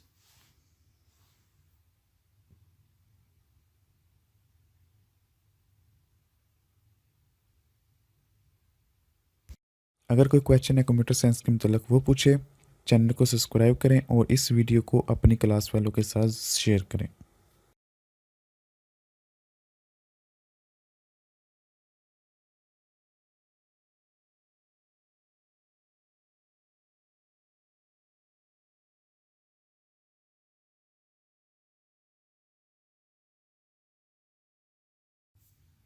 बिस्मिल्लाहिर्रहमानिर्रहीम। सजाद अहमद की तरफ से सबको सलाम पहुँचे। Book database lecture number 37। चलें स्टार्ट करते हैं। फंक्शंस, जिस तरह हमने पहले भी देखा था कि फंक्शन क्या चीज़ होता है। फंक्शन एक बिल्ड इन चीज़ होती है जिसके अंदर हम अपना कुछ पैरामीटर एंटर करते हैं तो हमें फिर कुछ आउटपुट रिटर्न होता है। फॉर एग्ज़ाम्पल अगर कोई सम का फंक्शन है तो बजाय हम के अपने कोई सम की कोडिंग लगाएं तो हम सम के फंक्शन को कॉल करेंगे, उसके अंदर पैरामीटर देंगे कि कितनी वैल्यू हमने सम करवानी है, तो वो क्या करेगा, उनको सम करके हमें रिटर्न कर देगा। उसके अंदर क्या कोडिंग चल रही है ये हमें नहीं पता। तो सेम यही काम फंक्शन का इधर एसक्यूएल में भी है कि मुख्तलिफ फंक्शंस अवेलेबल हैं जिनके नाम से इज़हार हो जाएगा कि ये कौन सा काम करते हैं। हमने अपनी रिक्वायरमेंट के मुताबिक कोई फंक्शन कॉल करना है तो हमें कोई आउटपुट उसी वक्त मिल जाएगा। तो इसको हम देख लेते हैं। जो सबसे पहला फंक्शन है वो है काउंट का। काउंट क्या करता है कि जितने भी हमारे पास रोज़ अवेलेबल होती हैं उनको काउंट करके हमें दे देता है। तो ये आप देख सकते हैं, count is use to count all rows including rows containing duplicates and null values. यानी कि अगर रो के अंदर कोई डुप्लीकेट वैल्यू भी अवेलेबल है तो उसको भी as a one row count करेगा। तो जितनी भी एक रिकॉर्ड के एक टेबल के अंदर कोई रिकॉर्ड्स होंगे यानी कि रोज़ अवेलेबल होंगे उनको काउंट करके हमें दे देगा। फॉर एग्जांपल अगर हम देखना चाहते हैं कि हमारे पास कितने एम्प्लॉई हैं तो एम्प्लॉई के ऊपर, एम्प्लॉई नंबर के ऊपर या एम्प्लॉई नेम के ऊपर हम काउंट का लगा देंगे तो वो तमाम नेम काउंट करके हमें दे देगा। कोई इसकी एग्जांपल देख लेते हैं हम। Right a query that display all the total records ENMP, यानी कि EMP के अंदर जितने भी टोटल रिकॉर्ड हैं उसके मतलब कोई क्यूरी लिखनी है। जब उसने कहा कि तमाम के तमाम रिकॉर्ड शो करवाओ तो इसका मतलब है कि हमने किसी कॉलम को सिलेक्ट नहीं करना बल्कि काउंट के फंक्शन को कॉल किया, तो वो क्या करेगा, हमें काउंट करके दे देगा। उसके बाद फ्राम कहाँ से, EMP टेबल से। वेयर कंडीशन क्या है, department number is equal to 20, यानी कि तमाम रिकॉर्ड पहले उसने कहा कि फैच कर लो कहाँ से, इस टेबल से। लेकिन जो अब उसके पास तमाम का तमाम रिकॉर्ड आ गया है उसके ऊपर इसने कंडीशन लगा दिया कि जहाँ डिपार्टमेंट नंबर 20 होगा सिर्फ उसका काउंट करके हमें दे दो। तो उसका जवाब आएगा 5, क्योंकि हमारे पास 5 ही अवेलेबल हैं जिनके डिपार्टमेंट नंबर 20 हैं। उसके बाद एवरेज का फंक्शन है, सेम वही काम करता है कि एवरेज निकालता है किसी कॉलम्स की। तो हम इसको इस तरह कह सकते हैं कि write a query that calculate the average salary of the employ. तो इसमें क्या होगा कि सेलेक्ट किया हमने सैलरी को यानी कि कॉलम को, और फंक्शन कॉल किया कौन सा, AVG। ये आपने याद रखना है कि पहले आपने फंक्शन का नाम लिखना है और उसके अंदर जो कॉलम्स हैं उनको हमने पास करना है। जिस तरह हमने इधर ऐसा किया है कि पहले हमने फंक्शन को कॉल किया और फंक्शन का नाम था काउंट। इसके अंदर बजाय कि हम कोई एक कॉलम पास करते एम्प्लॉय नेम का या सैलरी का, हमने जब उसने कहा कि तमाम रिकॉर्ड, तो हमने तमाम के लिए स्टार का सिंबल पास कर दिया। यानी कि पहले फंक्शन का नाम कॉल किया और उसके बाद कॉलम्स। तो इधर तमाम कॉलम थे इसलिए यहाँ स्टार का निशान पास कर दिया। इधर आप देख सकते हैं कि पहले हमने फंक्शन को कॉल किया AVG यानी कि एवरेज निकालो किसकी, इस कॉलम की। तो कहाँ से, फ्रॉम EMP से। तो इसका जो आउटपुट आएगा वो ये आएगा कि हमने एवरेज निकाली है सैलरी की, तो ये आई है 2073 पे। तो इसको भी अगर आप करके देखेंगे तो इतना ही जवाब आएगा। उसके अलावा जो फंक्शन है वो सम का है कि अगर हमने कोई सम मालूम करना हो तो ये SUM सम का फंक्शन कॉल करते हैं, और जिस कॉलम का मालूम करना हो वो कॉलम अंदर एज ए पैरामीटर पास कर देते हैं। तो सिलेक्ट किया हमने सम को, फ्राम किधर से, EMP से। वेयर क्या है, जॉब इसको टू क्लर्क, यानी कि जितने भी क्लर्क के जॉब्स अवेलेबल हैं उनकी सैलरी को अगर हम सम करके देखें तो ओवरऑल टोटल कितनी बनती है, इतनी। यानी कि अगर आप डेटाबेस के मतलब काम करना चाहते हैं तो कोई आपको मुश्किल नहीं होगी, आपको हर चीज़ बनी बनाई अवेलेबल है, बस आपको उसको यूज़ करना आना चाहिए। तो इसके अंदर ये है कि write query that display the sum of the salaries of all clerk EMP। Select salary, लेकिन सैलरी से पहले क्या करना है, जिस फंक्शन को हमने इस्तेमाल करना है उसका नाम यानी कि उसको कॉल ज़रूर करना है। यानी कि पहले सिलेक्ट का लफ्ज़ आएगा, फिर फंक्शन का नाम, फंक्शन के अंदर फिर उस कॉलम का नाम, और फिर फ्रॉम वेयर, और आगे कोई कंडीशन लगानी हो तो वो आ जाएगी। इस तरह मैक्सिमम को हम मालूम कर सकते हैं कि सिलेक्ट किया सैलरी को और ऊपर फंक्शन कौन सा लगा दिया, मैक्सिमम का। फ्राम कहाँ से, EMP टेबल से। वेयर जॉब इसको टू क्लर्क। तो इससे क्या होगा कि क्लर्क की जॉब्स के अंदर जिसकी मैक्सिमम सैलरी है वो शो हो जाएगी, तो वो ये शो हो गई। फिर उसके बाद मिनिमम को भी इस तरह यूज़ कर सकते हैं। सिलेक्ट किया सैलरी को और ऊपर कौन सा फंक्शन कॉल कर दिया, मिनिमम का। फ्राम कहाँ से, EMP टेबल से। Where job is to clerk, तो क्लर्क की जॉब के अंदर जिसकी मिनिमम सैलरी है वो हमें शो करवा दो, तो वो जवाब आ जाएगा 800, ये वाला। इसी तरह group by clause, group by एक रिजर्व कीवर्ड है, can be use to divide the rows in a table into smaller group. If aggregates function is used in select statement, group by clause produce a single value per aggregates. इनके जितने भी हम aggregates या parameter pass करते हैं तो उसके अंदर जितनी भी चीज़ें अवेलेबल होती हैं उसके हवाले से अलग अलग अलग हमें आउटपुट देता है। फॉर एग्जांपल, आप देखना चाहते हैं write a query that calculate the average salary for each different jobs, यानी कि क्लर्क की जॉब की सैलरी हम अलग देखना चाहते हैं, एवरेज सेलमैन की हम अलग देखना चाहते हैं, मैनेजर की अलग देखना चाहते हैं। तो इस तरह का अगर काम करना है तो ये काम हम ग्रुप बाय से करवा सकते हैं। ग्रुप बाय का मतलब यही है कि जो आपने ग्रुपिंग करनी है उसके अंदर जो जो डाटा अवेलेबल होगा उसको एक एक दफ़ा काउंट करेगा। जब एक दफ़ा उसको काउंट करके उसके रिलेटेड जितने भी रिकॉर्ड्स अवेलेबल होंगे उन सब को जो फंक्शन हमने कॉल किया है वो कर देगा। अगर एवरेज का किया तो एवरेज कर देगा, सम का किया तो सम कर देगा। एग्जांपल आप देख लेते हैं। सेलेक्ट किया सैलरी को और फंक्शन कौन सा कॉल किया, एवरेज का, from EMP group by job, यानी कि यह क्या करेगा, पहले जॉब को देखेगा कि ग्रुप बाय मेरी जॉब्स के हवाले से ग्रुपिंग हो गई है, जितनी भी जॉब्स अवेलेबल हैं। जॉब कौन कौन सी अवेलेबल थी, एनालिस्ट की, क्लर्क की, मैनेजर की, प्रेसिडेंट की और सेलमैन की। ये वाली जॉब्स अवेलेबल थी तो इसने इस लिहाज से ग्रुपिंग कर दी और फिर इस ग्रुपिंग के लिहाज से जो भी उसके ऊपर डिमांड दी गई है वो उसने काम करना है। तो ये जो 3000 आया है ये एनालिस्ट की ओवरऑल एवरेज आई है। इसी तरह क्लर्क की ओवरऑल एवरेज 1037 आई है और इस तरह मैनेजर की 2758 आई है। यानी कि ग्रुपिंग का मतलब ये है कि जिसको आप ग्रुप कर रहे हैं वो तमाम के तमाम रिकॉर्ड एक दफ़ा उनको काउंट करके फिर उसके रिलेटेड जितने भी रिकॉर्ड्स होंगे, यानी कि अगर फ़र्ज़ करें क्लर्क है तो फिर क्लर्क के रिलेटेड जितने भी रिकॉर्ड होंगे उसके ऊपर जो फंक्शन हमने कॉल किया है वो कॉल करेगा। जैसे हमने इधर एवरेज का किया है तो फिर क्लर्क के ऊपर पहले एवरेज का करेगा, फिर अगली जॉब आएगी एनालिस्ट की उसके ऊपर फिर एवरेज का, फिर प्रेसिडेंट की जॉब आएगी उसके फिर ऊपर एवरेज का और इस तरह सेलमैन की जॉब आएगी उसके ऊपर फिर एवरेज का। तो इस तरह ग्रुप बाय कीवर्ड काम करता है। Having clause, the having clause is use to filter rows after grouping them, यानी कि ग्रुपिंग करने के बाद हम हैविंग क्लॉज का एक कीवर्ड लगाते हैं। इसका क्या काम है, it is use to restrict rows by applying aggregates function in select statement. It means that having clause is use to restrict the group, यानी कि ग्रुप को रिस्ट्रिक्ट करने के लिए इस्तेमाल होता है। इसकी कोई प्रैक्टिकल एग्जांपल देख लेते हैं। Write a query that display the average salary for all department employ more than 3 people, यानी कि उन तमाम लोगों की एवरेज सैलरी शो करवानी है जिनके अंदर डिपार्टमेंट के अंदर लोग 3 से ज़्यादा हैं। क्लर्क है तो उसके अंदर 4 है, अगर सेलमैन है तो उसके अंदर 2 हैं। तो वो फिर हमें सिर्फ क्लर्क ही दिखाएगा क्योंकि हमने कहा है कि काउंट करके देखो कि डिपार्टमेंट नंबर जो हैं उसके अंदर जितने लोग हैं वो 3 से ज़्यादा हों, उनकी हमें एवरेज शो करवाओ। यानी कि अगर कोई क्लर्क है तो क्लर्क कितने उधर हैं, हमने देखा था कि 4 क्लर्क अवेलेबल हैं तो फिर क्लर्क ही दिखाएगा। सिलेक्ट किया डिपार्टमेंट नंबर को और सैलरी को, सैलरी के ऊपर एवरेज का फंक्शन लगा दिया। फ्रॉम कहाँ से, ईएमपी टेबल से। ग्रुपिंग कर दो किस लिहाज से, डिपार्टमेंट नंबर के लिहाज से। तो हमने देखा था डिपार्टमेंट नंबर एक 10 था, एक 20 था और एक 30 था, इस तरह।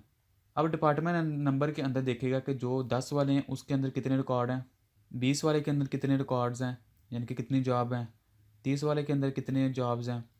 फिर उन जॉब की देखेगा कि कौन कौन से 3 से बड़े हैं, यानी कि जिनकी वैल्यू 3 से ज़्यादा है, जिनके अंदर 3 से ज़्यादा लोग काम कर रहे हैं, उनका रिजल्ट हमें शो करवाओ। तो उसके अंदर सिर्फ 2 ही ऐसे लोग थे जिनके रिकॉर्ड्स 3 से बड़े थे, 3 नहीं बल्कि 3 से ज़्यादा थे लोग। तो उनके रिकॉर्ड एक डिपार्टमेंट नंबर 20 वाला और एक डिपार्टमेंट नंबर 30 वाले हैं, तो उसकी इसने एवरेज शो करवा दी।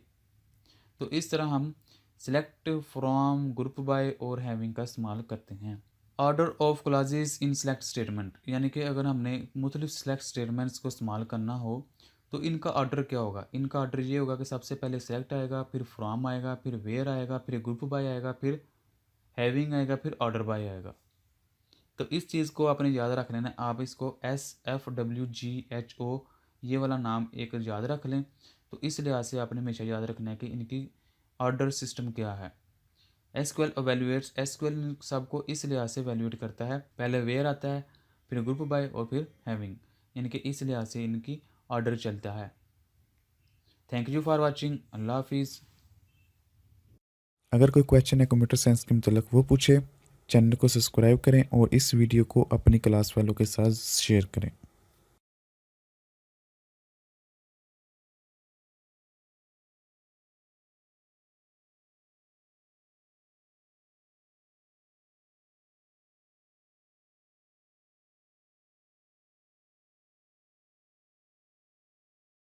बिस्मिल्लाहिर्रहमानिर्रहीम। सजाद अहमद की तरफ से सबको सलाम पहुँचे।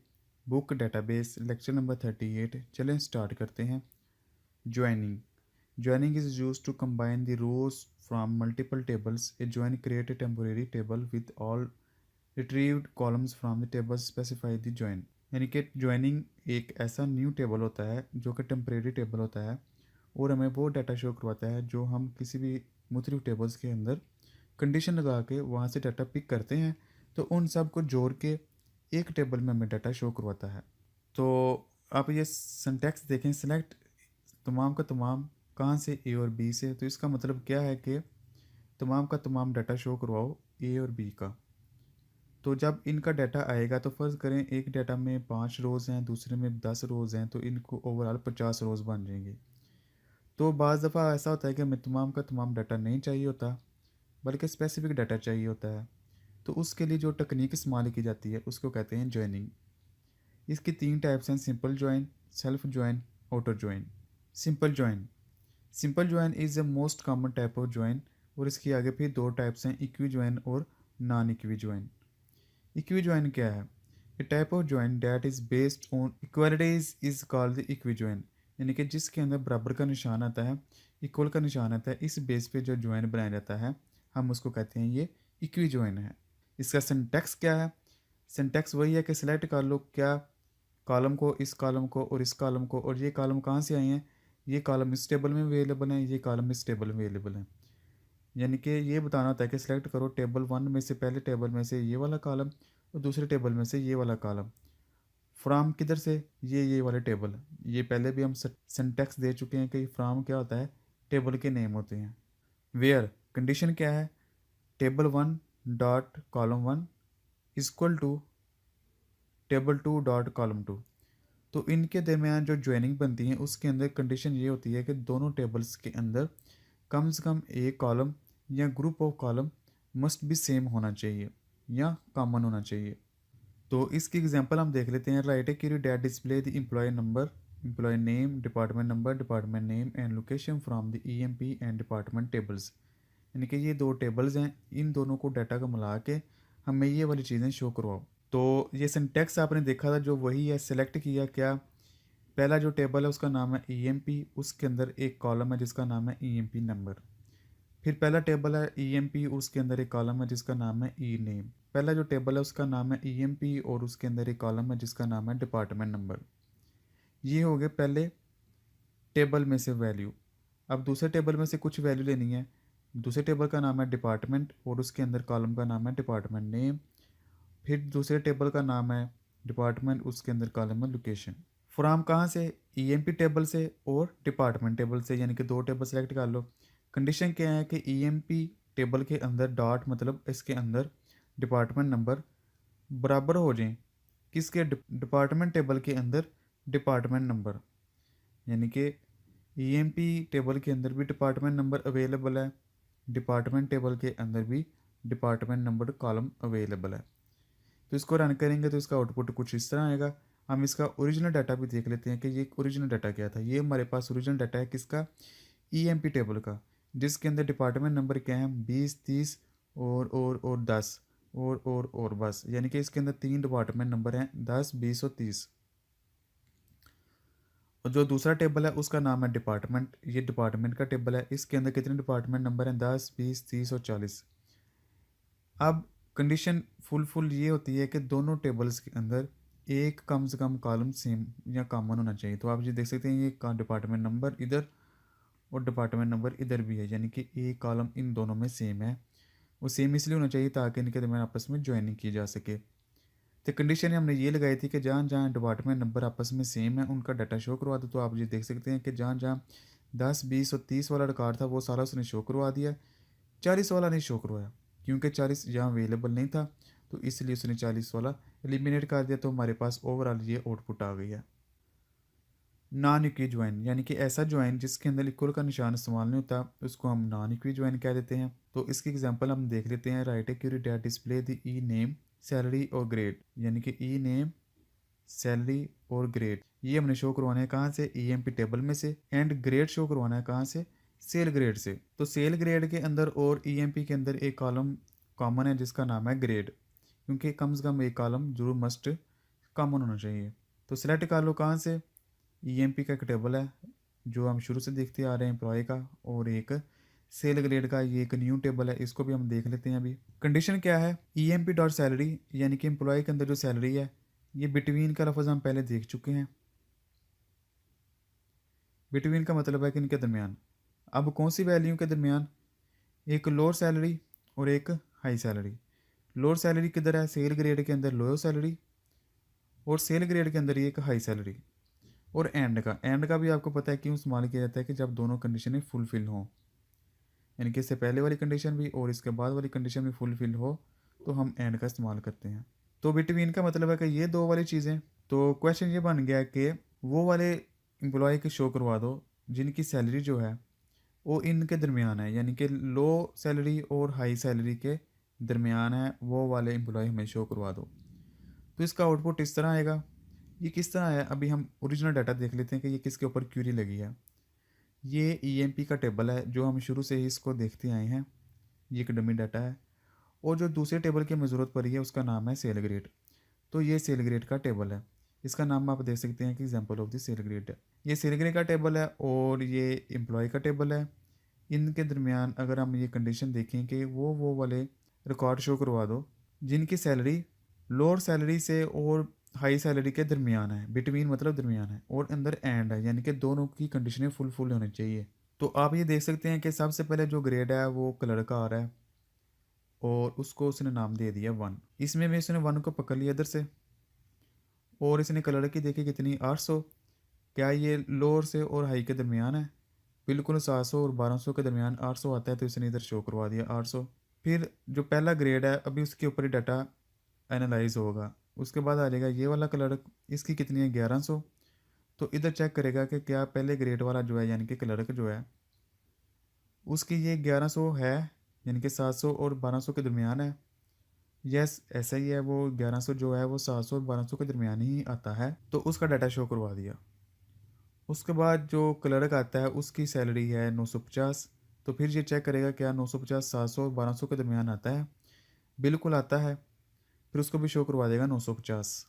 फिर ग्रेड 1 का जो जॉब है वो कलर की आती है, उसके में आता है कि 1300 इसकी सैलरी है, यानी कि चौथे कलर की 1300 सैलरी है। तो इधर देखेगा कि क्या 1300 700 और 1200 के दरमियान आता है, नहीं ऐसा नहीं है, क्योंकि 1300 1200 से बड़ा है, तो यहाँ ये कंडीशन फुलफिल नहीं हो रही, तो इसलिए इसने चौथे कलर का रिकॉर्ड शो नहीं करवाया, सिर्फ 3 कलर का रिकॉर्ड शो करवाया है। फिर उसके बाद ग्रेड 2 का जो अफसर आता है या जॉब आती है उसका नाम है सेलमैन।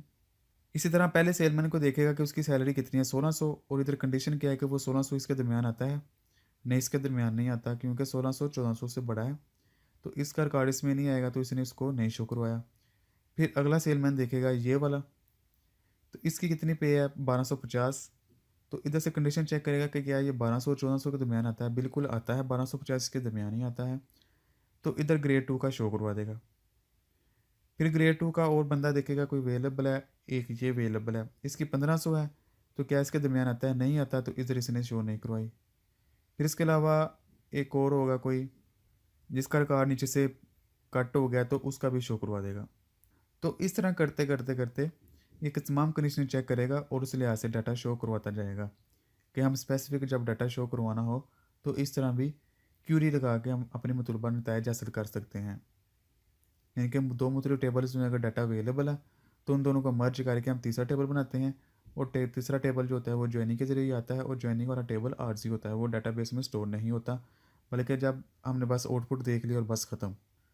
यूजिंग टेबल एलियासिस, ये इसलिए इस्तेमाल करते हैं कि जब हमने किसी चीज़ को, हम रियल लाइफ में जब हम किसी चीज़ को उसके मुतबादल के तौर पर बेचते हैं तो उसका मतलब यही होता है कि वो ओरिजिनल बंदा ही है। फॉर एग्ज़ाम्पल अगर कोई बंदा कहता है कि तुम मेरे हिस्से का ये जाके काम कर रहे हो, तो उसका मतलब ये है कि वो खुद जाके वो कर रहा है, सिर्फ बंदा या उसके काम करने वाला चेंज हुआ, लेकिन असल काम उसी ने ही करवाया है। सेम यहाँ बात यही है कि जैसा कि टेबल का नाम बहुत लेंथी हो जाता है, तो बजाय हम कि इसके कि टेबल का नाम बार बार लिखें, हम टेबल का नाम की जगह कोई उसको तहदी उसका बना देते हैं, या उसका कोई एम्बेसडर बना देते हैं, या उसका कोई नाम क्रिएट कर देते हैं कि इसकी जगह अब इसका नाम ये लेना है आपने। फॉर एग्जाम्पल अगर किसी का नाम है चौधरी अल्लाह रखा गुज्जर, तो हम बजाय कि इतना लंबा नाम लिखने के CHG लिख देते हैं, चौधरी गुज्जर। तो सेम यही हाल है कि अगर हमने एम्प्लॉयमेंट का अगर कोई टेबल है EMPLOYMENT, तो इतना लंबा नाम है उसकी जगह हम सिर्फ लिख दें कि ई। और इस तरह डिपार्टमेंट का अगर कोई टेबल है DEPORTEMENT, तो हम उसकी जगह सिर्फ डी लिख दें। तो इसका मतलब यही होगा कि ये ई का मतलब है कि ये एम्प्लॉई है, और डी का मतलब है कि ये डिपार्टमेंट है। इसी चीज़ को बयान करने के लिए इन्होंने ये टेक्निक इस्तेमाल की है कि अगर हमने कोई नाम स्पेसिफिक करना हो तो हम इसको इस्तेमाल कर सकते हैं। सिंटैक्स वही है कि ये टेबल का नाम है और टेबल के नाम के अंदर कोई एक कॉलम है, ये टेबल का नाम है उसके अंदर कोई कॉलम है, और ये टेबल का नाम है उसके अंदर कोई कॉलम है, ये भी टेबल का नाम है डी और उसके अंदर ये कॉलम है, ये टेबल का नाम है और इसके अंदर ये कॉलम है। अब ये टेबल का नाम ई है, तो ई का क्या मतलब है, एम्प्लॉय। तो सादा अल्फाज में हम इस तरह कह सकते हैं कि अगर कोई लंबा नाम है तो हमने उसको कोई शॉर्ट नाम देना है, तो ये टेक्निक इस्तेमाल करते हैं एलियस की। तो जिस तरह हम मोहम्मद का नाम लिखने के लिए साली हम लिख देते हैं कि, तो सादा अल्फाज में हम इस तरह कह सकते हैं कि अगर कोई लेंथी नेम है तो उसको अगर हमने कोई शॉर्ट फॉर्म में लिखना हो तो एलियस की टेक्निक इस्तेमाल करते हैं। यानी कि जिस तरह अगर हमने कोई नाम लिखना हो मोहम्मद बिलाल, तो हम लिख देते हैं M बिलाल। तो इस तरह ये अगर कोई लंबा डिपार्टमेंट का नाम है या एम्प्लॉयमेंट का नाम है तो हम उसका नाम लिख देते हैं।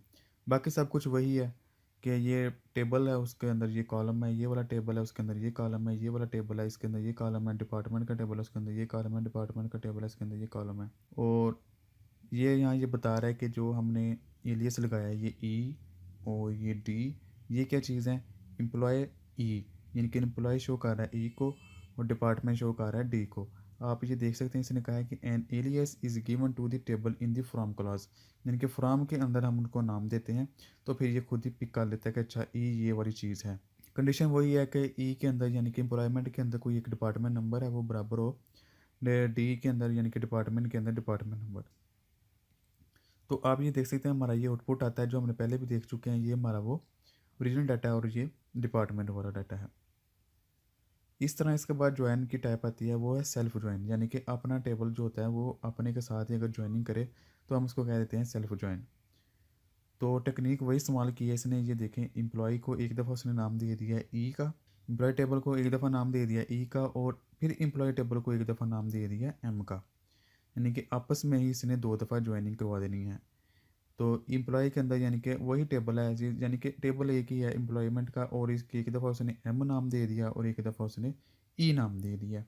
और ये वही कह रहे हैं ई के अंदर एम्प्लॉय नेम है, ई के अंदर एम्प्लॉय नंबर है, ई के अंदर मैनेजर है, और एम के अंदर एम्प्लॉय नेम है और मैनेजर है। तो वो शो करवा दो जो इसमें मैनेजर बराबर है एम्प्लॉय नंबर के, तो ये डाटा शो करवा देगा।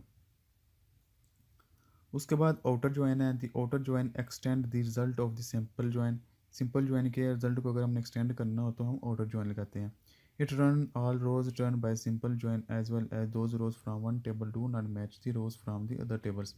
यानी कि जो हम सिंपल ज्वाइन में देखते हैं उसमें सिर्फ वो वाला टेबल शो होता है या वो वाला रिकॉर्ड शो होता है जिसमें दोनों तरफ रिकॉर्ड बेशक बराबर है या बेशक बराबर नहीं है। आउटर ज्वाइन में अब वो वाला रिकॉर्ड शो होगा। सिंपल में ये था कि जो दोनों तरफ से बराबर होता है, लेकिन आउटर में ये है कि दोनों तरफ बराबर ना भी हो फिर भी डाटा शो करवा देगा। तो इसकी एग्जांपल जब आप देख सकते हैं इसके लिए जो सिंबल्स यूज़ होता है वो प्लस वाला है, यानी कि प्लस ये शो कर रहा होगा कि ये आउटर ज्वाइन है। और आउटर ज्वाइन किन किन के दरमियान है, एम्प्लॉय का टेबल के अंदर एम्प्लॉय नंबर, एम्प्लॉय के टेबल के अंदर एम्प्लॉय नेम, एम्प्लॉय के टेबल के अंदर डिपार्टमेंट नंबर, और डिपार्टमेंट टेबल के अंदर डिपार्टमेंट नेम, डिपार्टमेंट टेबल के अंदर लोकेशन। तो एम्प्लॉय और डिपार्टमेंट में से सिलेक्ट करना है हमने। फ्रॉम EMP एंड डिपार्टमेंट ये टेबल्स के नेम है। Where employ dot department number, department dot department number, यानी कि एम्प्लॉय के अंदर डिपार्टमेंट नंबर और डिपार्टमेंट के अंदर डिपार्टमेंट नंबर ये कोई एक कॉमन होना चाहिए। तो ये प्लस ये शो कर रहा है कि ये आउटर ज्वाइन है, तो इसका मतलब है कि अब ये वो तमाम रिकॉर्ड शो करवा देगा जो दोनों में अवेलेबल हैं। पहले यहाँ कोई और कार्ड था जो दोनों में बराबर था, लेकिन अब वो वाला रिकॉर्ड भी शो करवा रहा है जो दोनों में कॉमन नहीं है। Thank you for watching. अल्लाह हाफिज़। अगर कोई क्वेश्चन है कंप्यूटर साइंस के मतलब वो पूछे, चैनल को सब्सक्राइब करें और इस वीडियो को अपनी क्लास वालों के साथ शेयर करें।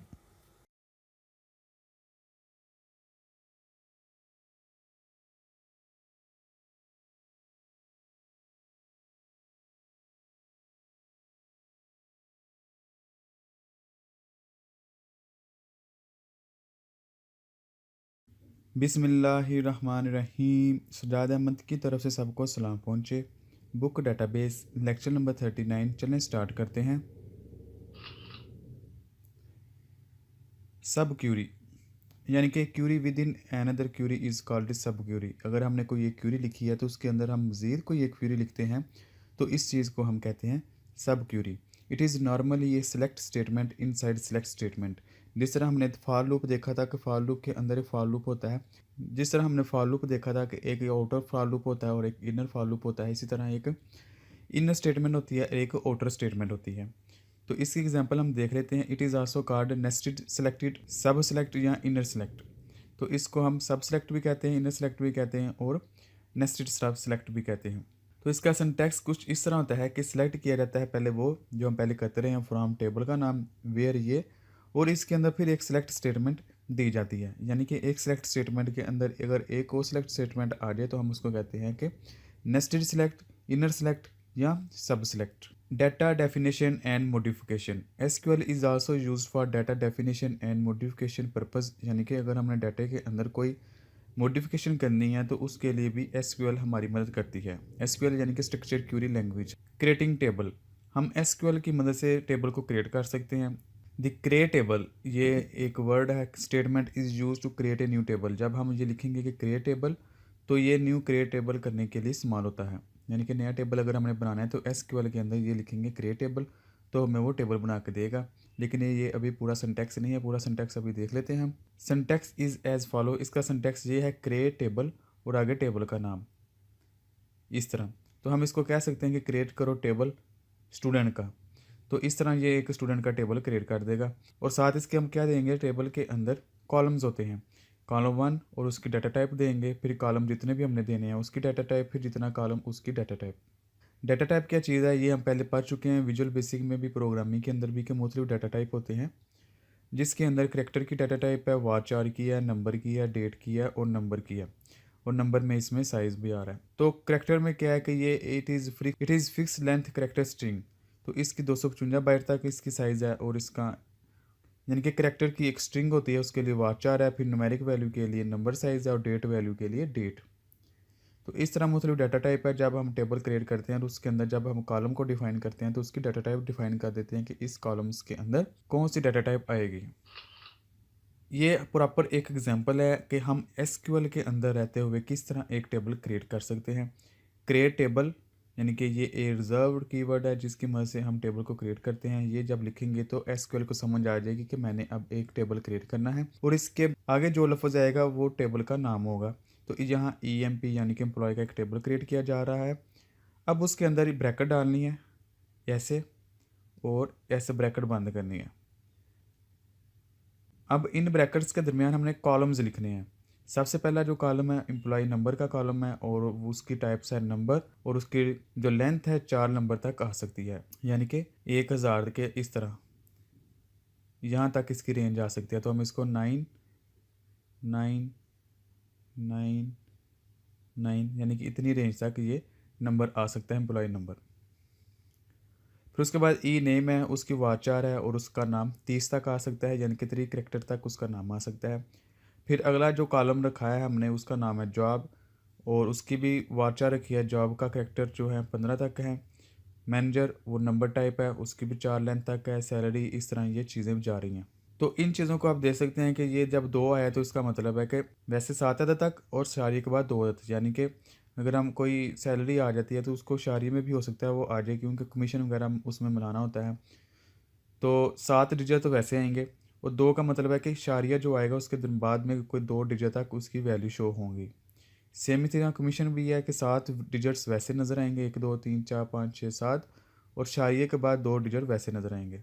तो इसका मतलब ये है कि 7 और 2 का मतलब ये है कि 7 नंबर तक, और उसके बाद अगर शारिया है तो उसकी 2 वैल्यू तक। फिर डिपार्टमेंट नंबर है, वो भी एक नंबर टाइप है। डिपार्टमेंट का जो नंबर है वो 4 डिजिट्स तक होगा। तो इस तरह हर ब्रैकेट के अंदर उनकी रेंज बतानी होती है कि ये रेंज तक ये चीज़ें आएंगी।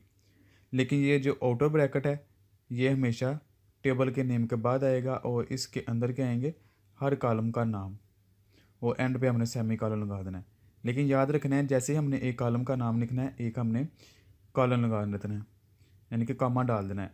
ये देखें, ये कॉलम का नाम और हमने कामा डाल दिया, फिर कॉलम का नाम कामा, फिर कॉलम का नाम कामा, हर कॉलम के नाम के बाद हमने कॉलम यहाँ डालना है और एंड पर जाके हमने सेमी कॉलन डालना है। तो इस तरह इसका सिंटैक्स है। आप फिर देख लें कि अपने क्या करना है, क्रिएट टेबल एक लफ्ज़ है वो लिखना है और उसके आगे जो हमने नाम लिखना है वो टेबल का नाम होगा और आगे 2 ब्रैकेटें डालनी है इस तरह की और एंड पे सेमी कॉलम। अब ये जो ब्रैकेटें हैं इसके अंदर हमने जितने भी कॉलम्स क्रिएट करने हैं उनके नाम आएंगे और उनकी टाइप्स आएगी और उनकी रेंज आएगी। जिस तरह ये एम्प्लॉय नेम और उसकी वारचार टाइप है और 30 तक उसकी रेंज है। इस तरह अल्टरिंग एन एग्जिस्टिंग टेबल, यानी कि अगर कोई टेबल अवेलेबल है ऑलरेडी तो उसके अंदर हम कोई अगर मॉडिफिकेशन करना चाहते हैं तो वो SQL की मदद से हम किस तरह मॉडिफिकेशन कर सकते हैं। The alt table ALTER table statement is used to add and drop columns in the existing table, यानी कि अगर ऑलरेडी टेबल एग्जिस्ट करता है उसके अंदर मुख्तलिफ कॉलम्स अवेलेबल हैं तो अगर हमने उसके अंदर कोई ऐड करना है या मॉडिफाई करना है या डिलीट करना है तो वो भी हम कर सकते हैं। It is use to change the data type of an existing field of the table, तो इसके अलावा अगर किसी की डाटा टाइप हम चेंज करना चाहते हैं, गलती से कोई और रख बैठे थे पहले और अब हम चेंज करना चाहते हैं तो ये भी हम चेंज कर सकते हैं SQL की मदद से। The syntax of adding a new column to the existing table is as follow। Already अगर कोई टेबल मौजूद है तो उसके अंदर अगर हमने कोई कॉलम ऐड करना है तो उसका सिंटैक्स कुछ इस तरह होगा। ALTER टेबल, इसका मतलब है कि हमने कोई टेबल अवेलेबल है उसको मॉडिफाई करना है, यानी कि उसमें चेंजिंग करनी है। और टेबल का नाम, ये टेबल का नाम है, यानी कि इस टेबल के नाम के अंदर हमने चेंज करनी है। अब चेंज कौन सी करनी है, किस टाइप की करनी है, ऐड करना है, डिलीट करना है, मॉडिफाई करना है, क्या करना है। तो ADD ऐड का मतलब है कि इसको हमने ऐड करना है, जो भी चेंज करनी है ऐड की चेंज करनी है। ADD ऐड लिखेंगे और कॉलम का नाम और उसकी डाटा टाइप लिखेंगे। इसी तरह अगर कोई ऑलरेडी टेबल एग्जिस्ट करता है तो हमने उसके अंदर कोई कॉलम डिलीट करना है तो सेम वही फार्मूला है, लेकिन यहाँ सिर्फ आएगा ड्रॉप। पहले हमने ऐड लिखा था, ऐड का मतलब है जमा करो कॉलम, तो ड्रॉप लिखा है, ड्रॉप का मतलब है ख़त्म कर दो कॉलम को। सिंटैक्स वैसा ही है, ALT या अल्टर टेबल लिखा और टेबल का नाम लिख दिया आगे, जो भी टेबल का हमने मॉडिफाई करनी है। और ड्रॉप का मतलब है डिलीट कर दो कॉलम, कौन सा कॉलम, ये वाला कॉलम। तो इसी तरह अगर हमने कोई मॉडिफाई करना है तो उसका सिंटैक्स भी इसी तरह है, ऑल टेबल, टेबल का नाम, यानी कि इससे पता चल जाएगा कि हमने कोई मॉडिफाई करनी है और ऑपरेशन कौन सा परफॉर्म करवाना है उसके ऊपर, मॉडिफाई का किस कॉलम के ऊपर, इस कॉलम के ऊपर, और उसकी डाटा टाइप ये वाली। तो इस तरह हम देख सकते हैं कि ये एक ऑपरेशन है ऐड वाला, ये ऑपरेशन है ड्रॉप वाला, ये ऑपरेशन है मॉडिफाई वाला। तो हम हर काम कर सकते हैं, नया टेबल क्रिएट कर सकते हैं, अगर टेबल ऑलरेडी एग्जिस्ट करता है तो उसको हम मॉडिफाई कर सकते हैं, चेंजिंग कर सकते हैं। इसी तरह एग्जांपल है, अगर हमने कोई write a query to add the column city in the employ, यानी कि अगर हमने एम्प्लॉय के टेबल के अंदर सिटी का कॉलम ऐड करना है तो इसका सिंटैक्स क्या होगा, अल्टर टेबल, यानी कि ये रिजर्व्ड कीवर्ड है टेबल को मॉडिफाई करने के लिए। कौन से टेबल को, EMP को।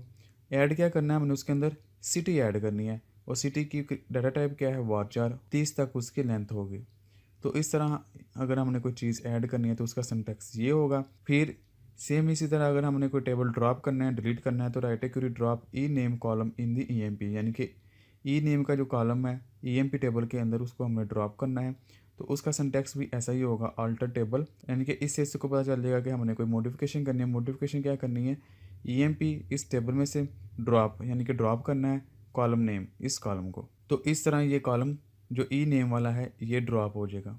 फिर इसी तरह right a query that modify the data type of the city column to चार इन EMP, यानी कि अगर ऑलरेडी कोई कॉलम एग्जिस्ट कर रहा है तो उसकी डाटा टाइप को हम चेंज करना चाहते हैं तो वही तरीकाकार है, अल्टर टेबल, EMP उसका नाम आ जाएगा टेबल का और उसके अंदर मॉडिफाई करना है। हमने क्या मॉडिफाई करना है, सिटी को मॉडिफाई करना है, उसकी डाटा टाइप रख दी हमने 4, तो 25 उसकी लेंथ है। इसके अलावा ट्रंकेट भी हम इस्तेमाल करते हैं। Truncate table statement is use to delete all data in the table, it does not delete the table structure.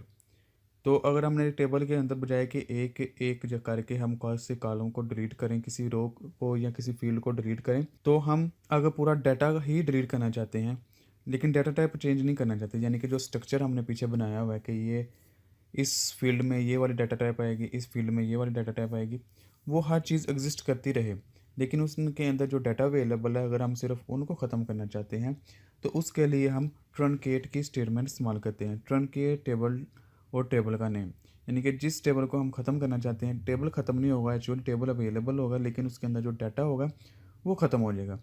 तो उसके लिए हम जो लफ्ज़ इस्तेमाल करते हैं वो है ट्रंकेट। तो ये ट्रंकेट टेबल, इसको पता चल जाएगा कि मैंने डाटा ख़त्म करना है किस टेबल में से, इस टेबल का नाम आ जाएगा इधर। तो इस तरह टेबल के अंदर तमाम डाटा ख़त्म हो जाएगा। तो इसका सिंटैक्स ये होगा, write a query to delete all data EMP table, truncate table और EMP। तो इससे इसको पता चल जाएगा कि EMP का जो टेबल है इसको मैंने देख के उसके अंदर जो डाटा अवेलेबल है सारा का सारा ख़त्म कर देना है। Thank you for watching. अल्लाह हाफिज़। अगर कोई क्वेश्चन है कंप्यूटर साइंस के मतलब वो पूछे, चैनल को सब्सक्राइब करें और इस वीडियो को अपनी क्लास वालों के साथ शेयर करें।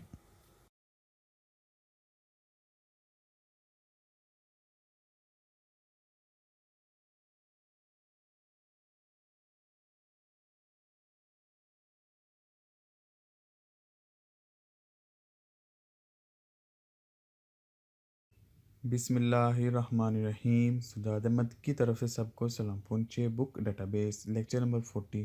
चलें स्टार्ट करते हैं। Constraints. The property that can be set on the column या set of the column is table is called the constraint. कोई प्रॉपर्टी अगर हम किसी टेबल के ऊपर या किसी कॉलम के ऊपर लगाते हैं, या कोई रूल या कोई रिस्ट्रिक्शन किसी कॉलम या टेबल के ऊपर लगाते हैं, तो वो उसकी कंस्ट्रेंट्स कहलाता है। ये दो टाइप्स की होती हैं, एक कॉलम लेवल पे होती है और एक टेबल लेवल पे होती है। Type of constraints. Different constraints in SQL as follow. SQL हमें मुख्तलिफ तरह की कंस्ट्रेंट्स प्रोवाइड करता है। उसमें एक है नॉट नल और नल की, यानी कि इस जहाँ हमने ये लिखा होगा नॉट नल, तो इसका मतलब ये होगा कि इस फील्ड के अंदर जो भी वैल्यू आएंगी वो नॉट नल होगी, यानी कि नल नहीं होंगी, हमेशा वहाँ कोई ना कोई वैल्यू आएगी। तो इसको हम इस तरह देख सकते हैं कि अगर हम कोई टेबल क्रिएट करते हैं, create table EMP, employ number, number type उसकी डाटा टाइप है और 4 लेंथ है। लेकिन ये चीज़ एक न्यू है, इसका मतलब है नॉट नल का मतलब कि इसके अंदर नल वैल्यू नहीं आ सकती, यानी कि एम्प्लॉय कोई भी होगा उसका कोई ना कोई नंबर होगा, ये वैल्यू नल कभी नहीं हो सकती।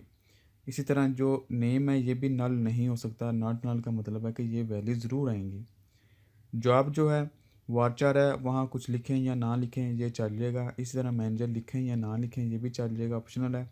सैलरी इधर लिखें ना लिखें, यानी कि जो चीज़ लिखनी हो या ना लिखनी हो उसको हम ब्लैंक छोड़ देते हैं, लेकिन जो फिक्स हो या ज़रूरी हो या मेंशन करना हो कि ये वैल्यू ज़रूर आएंगी इधर, तो वहाँ हम ये लिख देते हैं नॉट नल। तो नॉट नल का मतलब होगा कि ये वैल्यू नल नहीं हो सकती, कोई ना कोई इसके अंदर वैल्यू मस्ट आनी चाहिए। तो ये जो रूल हम लगाते हैं ये नल और नॉट नल कहलाता है, इनके कंस्ट्रेंट्स। उसके बाद यूनिक।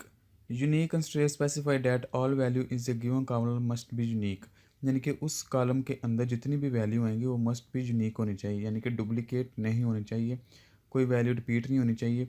जो भी वैल्यू आएगी वो यूनिक होगी, एक दफ़ा ही आएगी। तो इसको देख लेते हैं हम। क्रिएट टेबल डिपार्टमेंट, ये हम पहले देख चुके हैं। तो ये कॉलम आएगा डिपार्टमेंट नंबर, उसकी डाटा टाइप आएगी नंबर और उसकी लेंथ आएगी 5। कंस्ट्रेंट्स ई नम यूनिक की और यूनिक, यानी कि इसको हमने यूनिक की कह दिया, तो यूनिक की का मतलब ये है कि अब इसके अंदर कोई भी वैल्यू डुप्लीकेट नहीं आएंगी। जो डिपार्टमेंट नंबर है वो एक दफ़ा जो आ गया वो आ गया, उसकी तरह का दूसरा डिपार्टमेंट नंबर नहीं आ सकता, एक वैल्यू एक दफ़ा ही आएंगे। नाम के ऊपर आप यूनिक नहीं लगा सकते क्योंकि नाम सेम हो सकते हैं, नाम 2 आ सकते हैं, 3 आ सकते हैं, लेकिन डिपार्टमेंट नंबर सेम नहीं हो सकते। हर डिपार्टमेंट का अपना ही एक नंबर होता है। डिपार्टमेंट नेम वाचर और इसकी लेंथ 14 है, तो इसके आगे कुछ नहीं लिखा है यूनिक वगैरह, तो इसका मतलब है ये सेम हो सकता। तो इसको हम दूसरे तरीके से भी लिख सकते हैं, create table EM, create table department का और डिपार्टमेंट नंबर, ये डिपार्टमेंट नेम वाचार टाइप उसकी और इसकी लेंथ इतनी, लोकेशन वाचार उसकी लेंथ इतनी।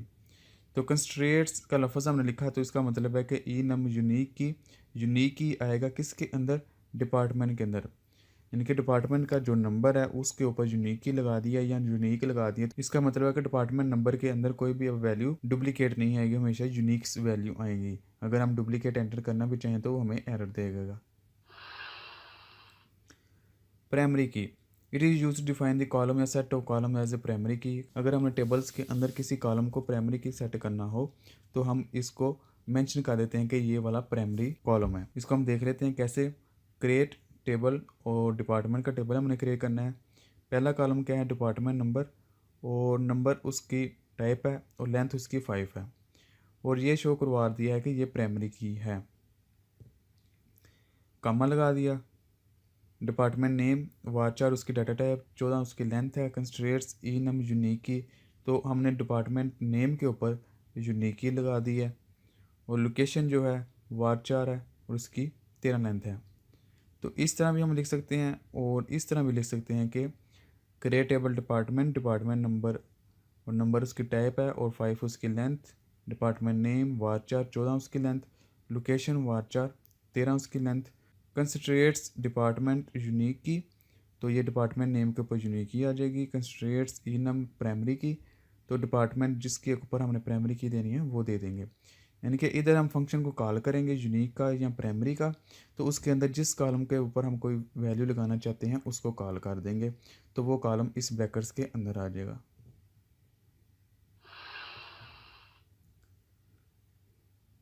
सेम इसी तरह फॉरेन की के भी कंस्ट्रेंट्स हैं, यानी कि रूल हैं, रेगुलेशन है, जिसके अंदर हम लिख देंगे कि ये फॉरेन की है तो वो फॉरेन की के तौर पर इस्तेमाल होगा।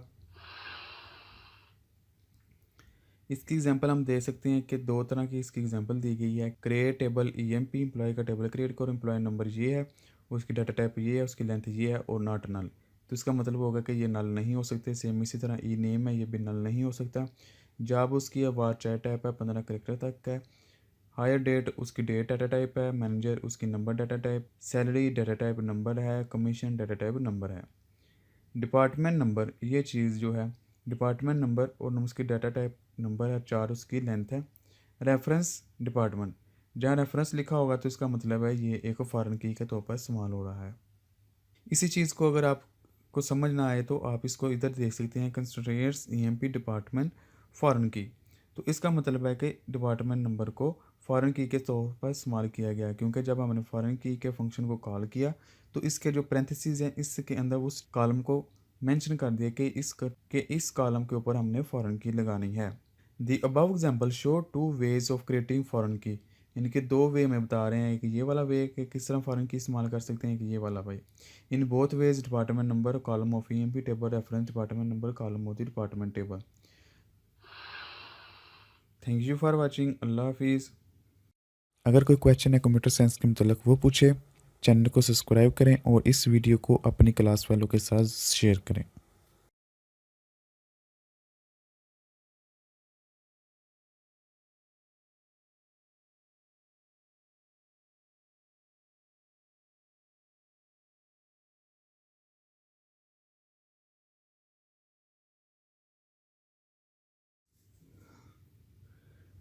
बिस्मिल्लाहिर्रहमानिर्रहीम।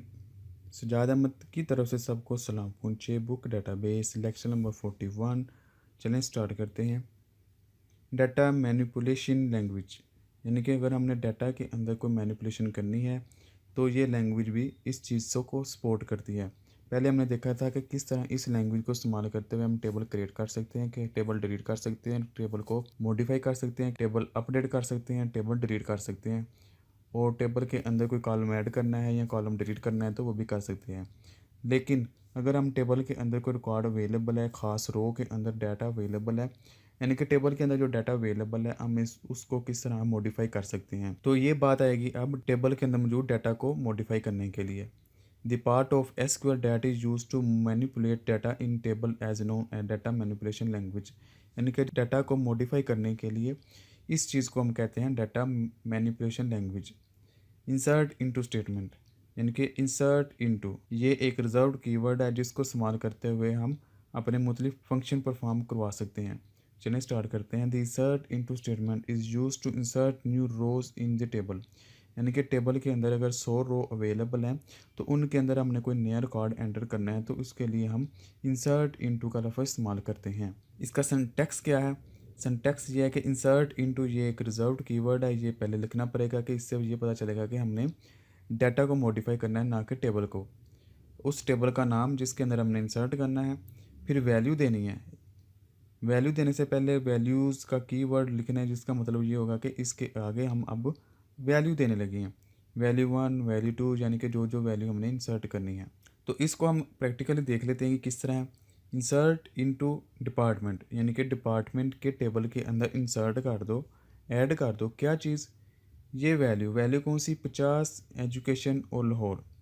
यानी कि उसके अंदर 3 कॉलम थे और तीनों के अंदर ये डिपार्टमेंट नंबर आ जाएगा और ये उसकी एजुकेशन आ जाएगी और उसकी ये लोकेशन आ जाएगी। डिपार्टमेंट का टेबल होगा उसके अंदर ये वैल्यू इंसर्ट हो जाएंगी। तो अगर फ़र्ज़ करें पहले 4 डिपार्टमेंट तो अब वो 5वां डिपार्टमेंट भी ऐड हो जाएगा। इसी तरह एक और एग्जांपल है, इंसर्ट कर दो डिपार्टमेंट के अंदर जो डिपार्टमेंट नंबर और डिपार्टमेंट नेम है। यानी कि अब दूसरा तरीकाकार उसने बताया कि इस तरह भी हम इंसर्ट कर सकते हैं कि पहले हम कॉलम्स के नेम बता दें कि किन कॉलम्स के अंदर आपने वैल्यू एंटर करवानी है।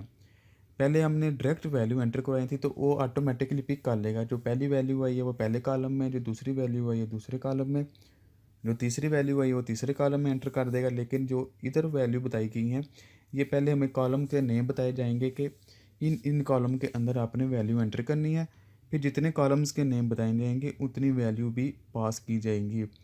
कैसे, वैल्यूज़ के रिजर्व्ड कीवर्ड के अंदर। यानी कि वैल्यूज़ एक फंक्शन है, उसके आगे 2 ब्रैकेट होंगी और उसके अंदर हमने अपने पैरामीटर पास करने हैं। कितने पैरामीटर पास करने हैं, जितने हमने इधर शो करवाए होंगे कॉलम्स के नेम। क्योंकि ज़ाहिर सी बात है अगर 2 कॉलम है तो 2 वैल्यू ही हमने इधर पास करनी है ताकि पहली वैल्यू पहले को मिल जाएगी, दूसरी वैल्यू जाकर दूसरे को मिल जाएंगी। तो इस तरह हम कोई भी डाटा किसी भी टेबल के अंदर एंटर कर सकते हैं। जो दूसरी टाइप्स है वो है अपडेट स्टेटमेंट। यानी कि अगर ऑलरेडी डाटा अवेलेबल है उसको अगर हमने अपडेट करना है, किसी स्टूडेंट ने अगर अपना एड्रेस अपडेट करवाना है या ईमेल एड्रेस अपना अपडेट करवाना है तो उसको हम किस तरह कर सकते हैं। द अपडेट ये रिजर्व्ड कीवर्ड है। Statements is use to modify the existing data in the table. यानी कि ऑलरेडी अगर कोई डाटा एग्जिस्ट है तो उसको मॉडिफाई करने के लिए अपडेट की स्टेटमेंट इस्तेमाल की जाती है। अपडेट टेबल नेम यानी कि अपडेट का नाम लिखेंगे और टेबल का नाम लिखेंगे, फिर उसके बाद सेट करेंगे, ये वैल्यू सेट कर दो, कॉलम की जगह न्यू वैल्यू, वेयर पुरानी वैल्यू। तो इसकी प्रैक्टिकल एग्जांपल हम देख लेते हैं। अपडेट 1 कॉलम इन रो। तो किस तरह हम करते हैं, अपडेट कर दो यानी कि ये अपडेट रिजर्व्ड कीवर्ड है। एम्प्लॉय टेबल को न्यू वैल्यू सेट कर दो। सेट का मतलब है कि न्यू वैल्यू सेट कर दो डिपार्टमेंट इक्वल टू 70। यानी कि न्यू वैल्यू अब 70 लिख दो डिपार्टमेंट नंबर के अंदर। लेकिन किस जगह, वहाँ तो कितने डिपार्टमेंट होंगे, 10 नंबर डिपार्टमेंट, 20 नंबर डिपार्टमेंट या किस और भी। फिर यहाँ क्या होगा, एक कंडीशन दिख जाएगी, उस कंडीशन को देखते हुए हमने अपना डाटा अपडेट करना है। क्योंकि एक टेबल के अंदर लाखों, हज़ारों, 100 डाटा हो सकता है, लेकिन हमने किसी मखसूस डाटा को अपडेट करना है। हो सकता है डुप्लीकेट भी डाटा अवेलेबल हो, लेकिन जो मखसूस डाटा हमने अपडेट करना है उसकी कंडीशन हमें साथ दी जाएगी कि अपडेट कर दो एम्प्लॉय टेबल को, न्यू वैल्यू सेट कर दो डिपार्टमेंट को टू 70। कंडीशन क्या है, जिसके ऊपर वो अपडेट करेगा, जहाँ जहाँ ई नेम यानी कि एम्प्लॉय नेम स्मिथ है वहाँ डिपार्टमेंट नंबर 70 कर दो। तो वेयर का मतलब होगा कि ये वाली कंडीशन को फॉलो करते हुए अपना डाटा हमने अपडेट करना है। फिर इसी तरह एक कॉलम की जगह हम मुतलिब सेवरल कॉलम्स भी अपडेट कर सकते हैं। अपडेट एम्प्लॉय टेबल सेट कर दो यानी कि न्यू वैल्यू दे दो, जॉब इजक्वल टू सेलमैन और ई नेम इजक्वल टू क्लर्क। ये न्यू वैल्यू दे दो क्लर्क की और सेलमैन की। वेयर कहाँ, जहाँ ई नेम इजक्वल टू स्मिथ, यानी कि जहाँ ई नेम स्मिथ है वहाँ तुमने क्या करना है, जॉब उसकी सेलमैन कर दो और एम्प्लॉय नेम उसका क्लर्क कर दो। यानी कि एक रिकॉर्ड के ऊपर हम 2 टेबल भी मॉडिफाई कर सकते हैं। सेम इसी तरह डिलीट की स्टेटमेंट है। The delete statement is use to delete row in the table. यानी कि अगर हमने कोई डाटा डिलीट करना है किसी एक रिकॉर्ड को तो उसके लिए हम डिलीट की स्टेटमेंट यूज़ करते हैं। डिलीट फ्रॉम टेबल नेम, ये उसका स्ट्रक्चर है। वेयर शर्त ये है, column name equal to some value, यानी कि इस कॉलम के अंदर जहाँ ये सम वैल्यू अवेलेबल है उसको डिलीट कर दो। इसकी प्रैक्टिकल एग्जांपल देख लेते हैं। डिलीट कर दो फ्रॉम ईएमपी के अंदर वेयर, जहाँ employ name is equal to Smith. तो ये क्या करेगा, जितने भी स्मिथ के नाम के रिकॉर्ड्स अवेलेबल होंगे एम्प्लॉय नेम के अंदर उन सब को डिलीट कर देगा। अगर हमने तमाम की तमाम रो डिलीट करवानी हो तो उसके लिए डिलीट फ्रॉम टेबल नेम या डिलीट और स्टार का निशान, यानी कि तमाम के तमाम रिकॉर्ड्स फ्रॉम टेबल नेम। तो इस तरह क्या होगा, तमाम रिकॉर्ड डिलीट हो जाएगा। तो इसकी एग्जांपल ये है, डिलीट फ्रॉम ईएमपी। तो जब हम इस क्यूरी को रन करेंगे तो तमाम का तमाम रिकॉर्ड डिलीट हो जाएगा। तो ये वाली क्यूरी हम बहुत सोच समझ के एंटर करते हैं, क्योंकि जब एक दफ़ा डाटा रिकॉर्ड चला गया तो बहुत मुश्किल है कि उसको रिट्रीव किया जा सके। जब हमारे पास डेटाबेस के अंदर मुख्तलिफ डाटा अवेलेबल है तो ज़रूरी नहीं है कि हमने जो डाटा जिस फॉर्म में अवेलेबल है हम उसी फॉर्म में ही देखना चाहते हैं। फॉर एग्ज़ाम्पल अगर गवर्नमेंट पाकिस्तान ने मरदशुमारी कराई है तो उसके अंदर बहुत सारा डाटा अवेलेबल है, जिस डाटाबेस के अंदर भी उन्होंने सारा डाटा स्टोर किया है। तो कोई एक महकमा या कोई डिपार्टमेंट टेलीकम्युनिकेशन का या एजुकेशन का या नादरा का कोई एक डिपार्टमेंट अपने रिलेटेड कोई एक मखसूस डाटा देखना चाहता है तो उसके लिए ज़रूरी नहीं होगा कि वो तमाम का तमाम डाटा देखे। तो इसके लिए अगर हमें मखसूस डाटा देखना हो तो उसके लिए हम यूज़ करते हैं views. Views is a visual table, यानी कि व्यूज़ एक तरह की टेक्निक है जिसके अंदर हम एक मखसूस डाटा जो कि आर्जी तौर पर हमारे सामने आता है फिर हम उसकी रिपोर्ट बना लेते हैं, लेकिन एक्चुअल डाटा पीछे ही मौजूद होता है। तो व्यूज़ को इस्तेमाल करते हुए हम अपने रिलेटेड कोई भी डाटा थोड़ा सा या बहुत सा डाटा रिट्रीव करके हम उसका व्यू कर सकते हैं। तो आप ये देख सकते हैं कि अगर फ़र्ज़ करें कि बेस टेबल है उसके अंदर रजिस्ट्रेशन नंबर है, रोल नंबर है, नेम है, क्लास है। तो अगर वो कोई कहता है कि मुझे ये तमाम रिकॉर्ड नहीं चाहिए, मुझे सिर्फ रजिस्ट्रेशन नंबर चाहिए और नेम चाहिए, तो ये आरजी टेबल जो क्रिएट हुआ है उसको हम कहते हैं ये एक व्यू है। तो ये तो छोटी सी एग्जांपल है। फ़र्ज़ करें अगर हज़ारों टेबल मौजूद हैं, उनके अंदर हज़ारों कॉलम्स अवेलेबल हैं, तो हमने कोई मखसूस डाटा देखना है तो उसके लिए हम व्यू की टेक्निक इसी तरह ही इस्तेमाल करते हैं। आगे टाइप्स ऑफ व्यू की मुख्तलिफ टाइप्स हैं जिसके अंदर सिंपल व्यू है। सिंपल व्यू में क्या होता है, simple view is based on one table. अगर हमने एक टेबल के अंदर ही कुछ रिकॉर्ड देखना हो, कुछ फील्ड्स देखनी हो, तो उसके लिए हम सिंपल व्यू इस्तेमाल करते हैं। इसका सिंटैक्स क्या है, सिंटैक्स पहले देख लेते हैं हम। क्रिएट का लफ्ज़ इस्तेमाल किया जाएगा और आगे व्यू का कीवर्ड लिखा रहेगा। व्यू का नाम क्या होगा, ये व्यू का नाम होगा न्यू व्यू का, यानी कि न्यू टेबल का जो कि आर्जी तौर पर क्रिएट होगा उसका नाम, यानी कि क्रिएट कर दो व्यू और व्यू का नाम जो कि आर्जी तौर पर भी क्रिएट होगा। एज कहाँ से, सिलेक्ट कर दो, यानी कि ये फिर एक नई गेम शुरू हो जाएगी। यहाँ का जो भी रिज़ल्ट आउटपुट होके जाएगा वो उसको मिलेगा और ये फिर इसको दे देगा।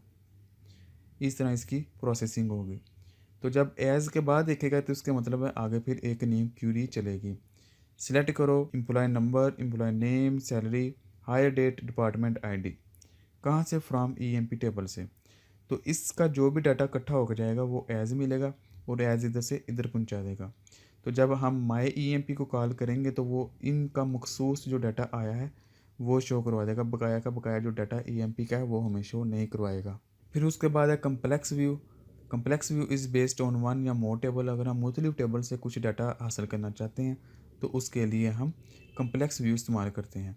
तो उसका सिंटैक्स आप देख सकते हैं कि सेम वही है, क्रिएट करो व्यू और व्यू का नाम।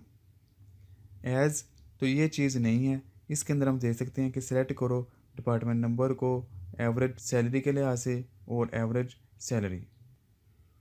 सैलरी फ्रॉम ईएमपी टेबल से, ग्रुप बाय डिपार्टमेंट नंबर। तो इस तरह हम मुख्तलिफ टेबल से अपना डाटा हासिल कर सकते हैं। फिर उसके बाद जब हमारे पास कोई व्यू क्रिएट हो जाता है, यानी कि उसके अंदर मखसूस डाटा आ जाता है, तो फिर इसको हम कैसे हासिल कर सकते हैं। उसका सिंटैक्स ये है कि सिलेक्ट करो तमाम का तमाम रिकॉर्ड फ्रॉम डिपार्टमेंट सेल, यानी कि वैसे ही है जैसे हम आम टेबल से डाटा रिट्रीव करते हैं कि सिलेक्ट करो तमाम फ्रॉम ये टेबल का नेम। ये भी व्यू भी एक टेबल होता है जो कि आर्जी तौर पर होता है, डेटाबेस के अंदर वो सेव नहीं होता, बल्कि जो ऑलरेडी सेव है उनको मिला के हम कोई आर्जी टेबल क्रिएट करते हैं, तो उसको हम कहते हैं कि ये एक व्यू है। Thank you for watching. अल्लाह हाफिज़। अगर कोई क्वेश्चन है कंप्यूटर साइंस के मतलब वो पूछे, चैनल को सब्सक्राइब करें और इस वीडियो को अपनी क्लास वालों के साथ शेयर करें।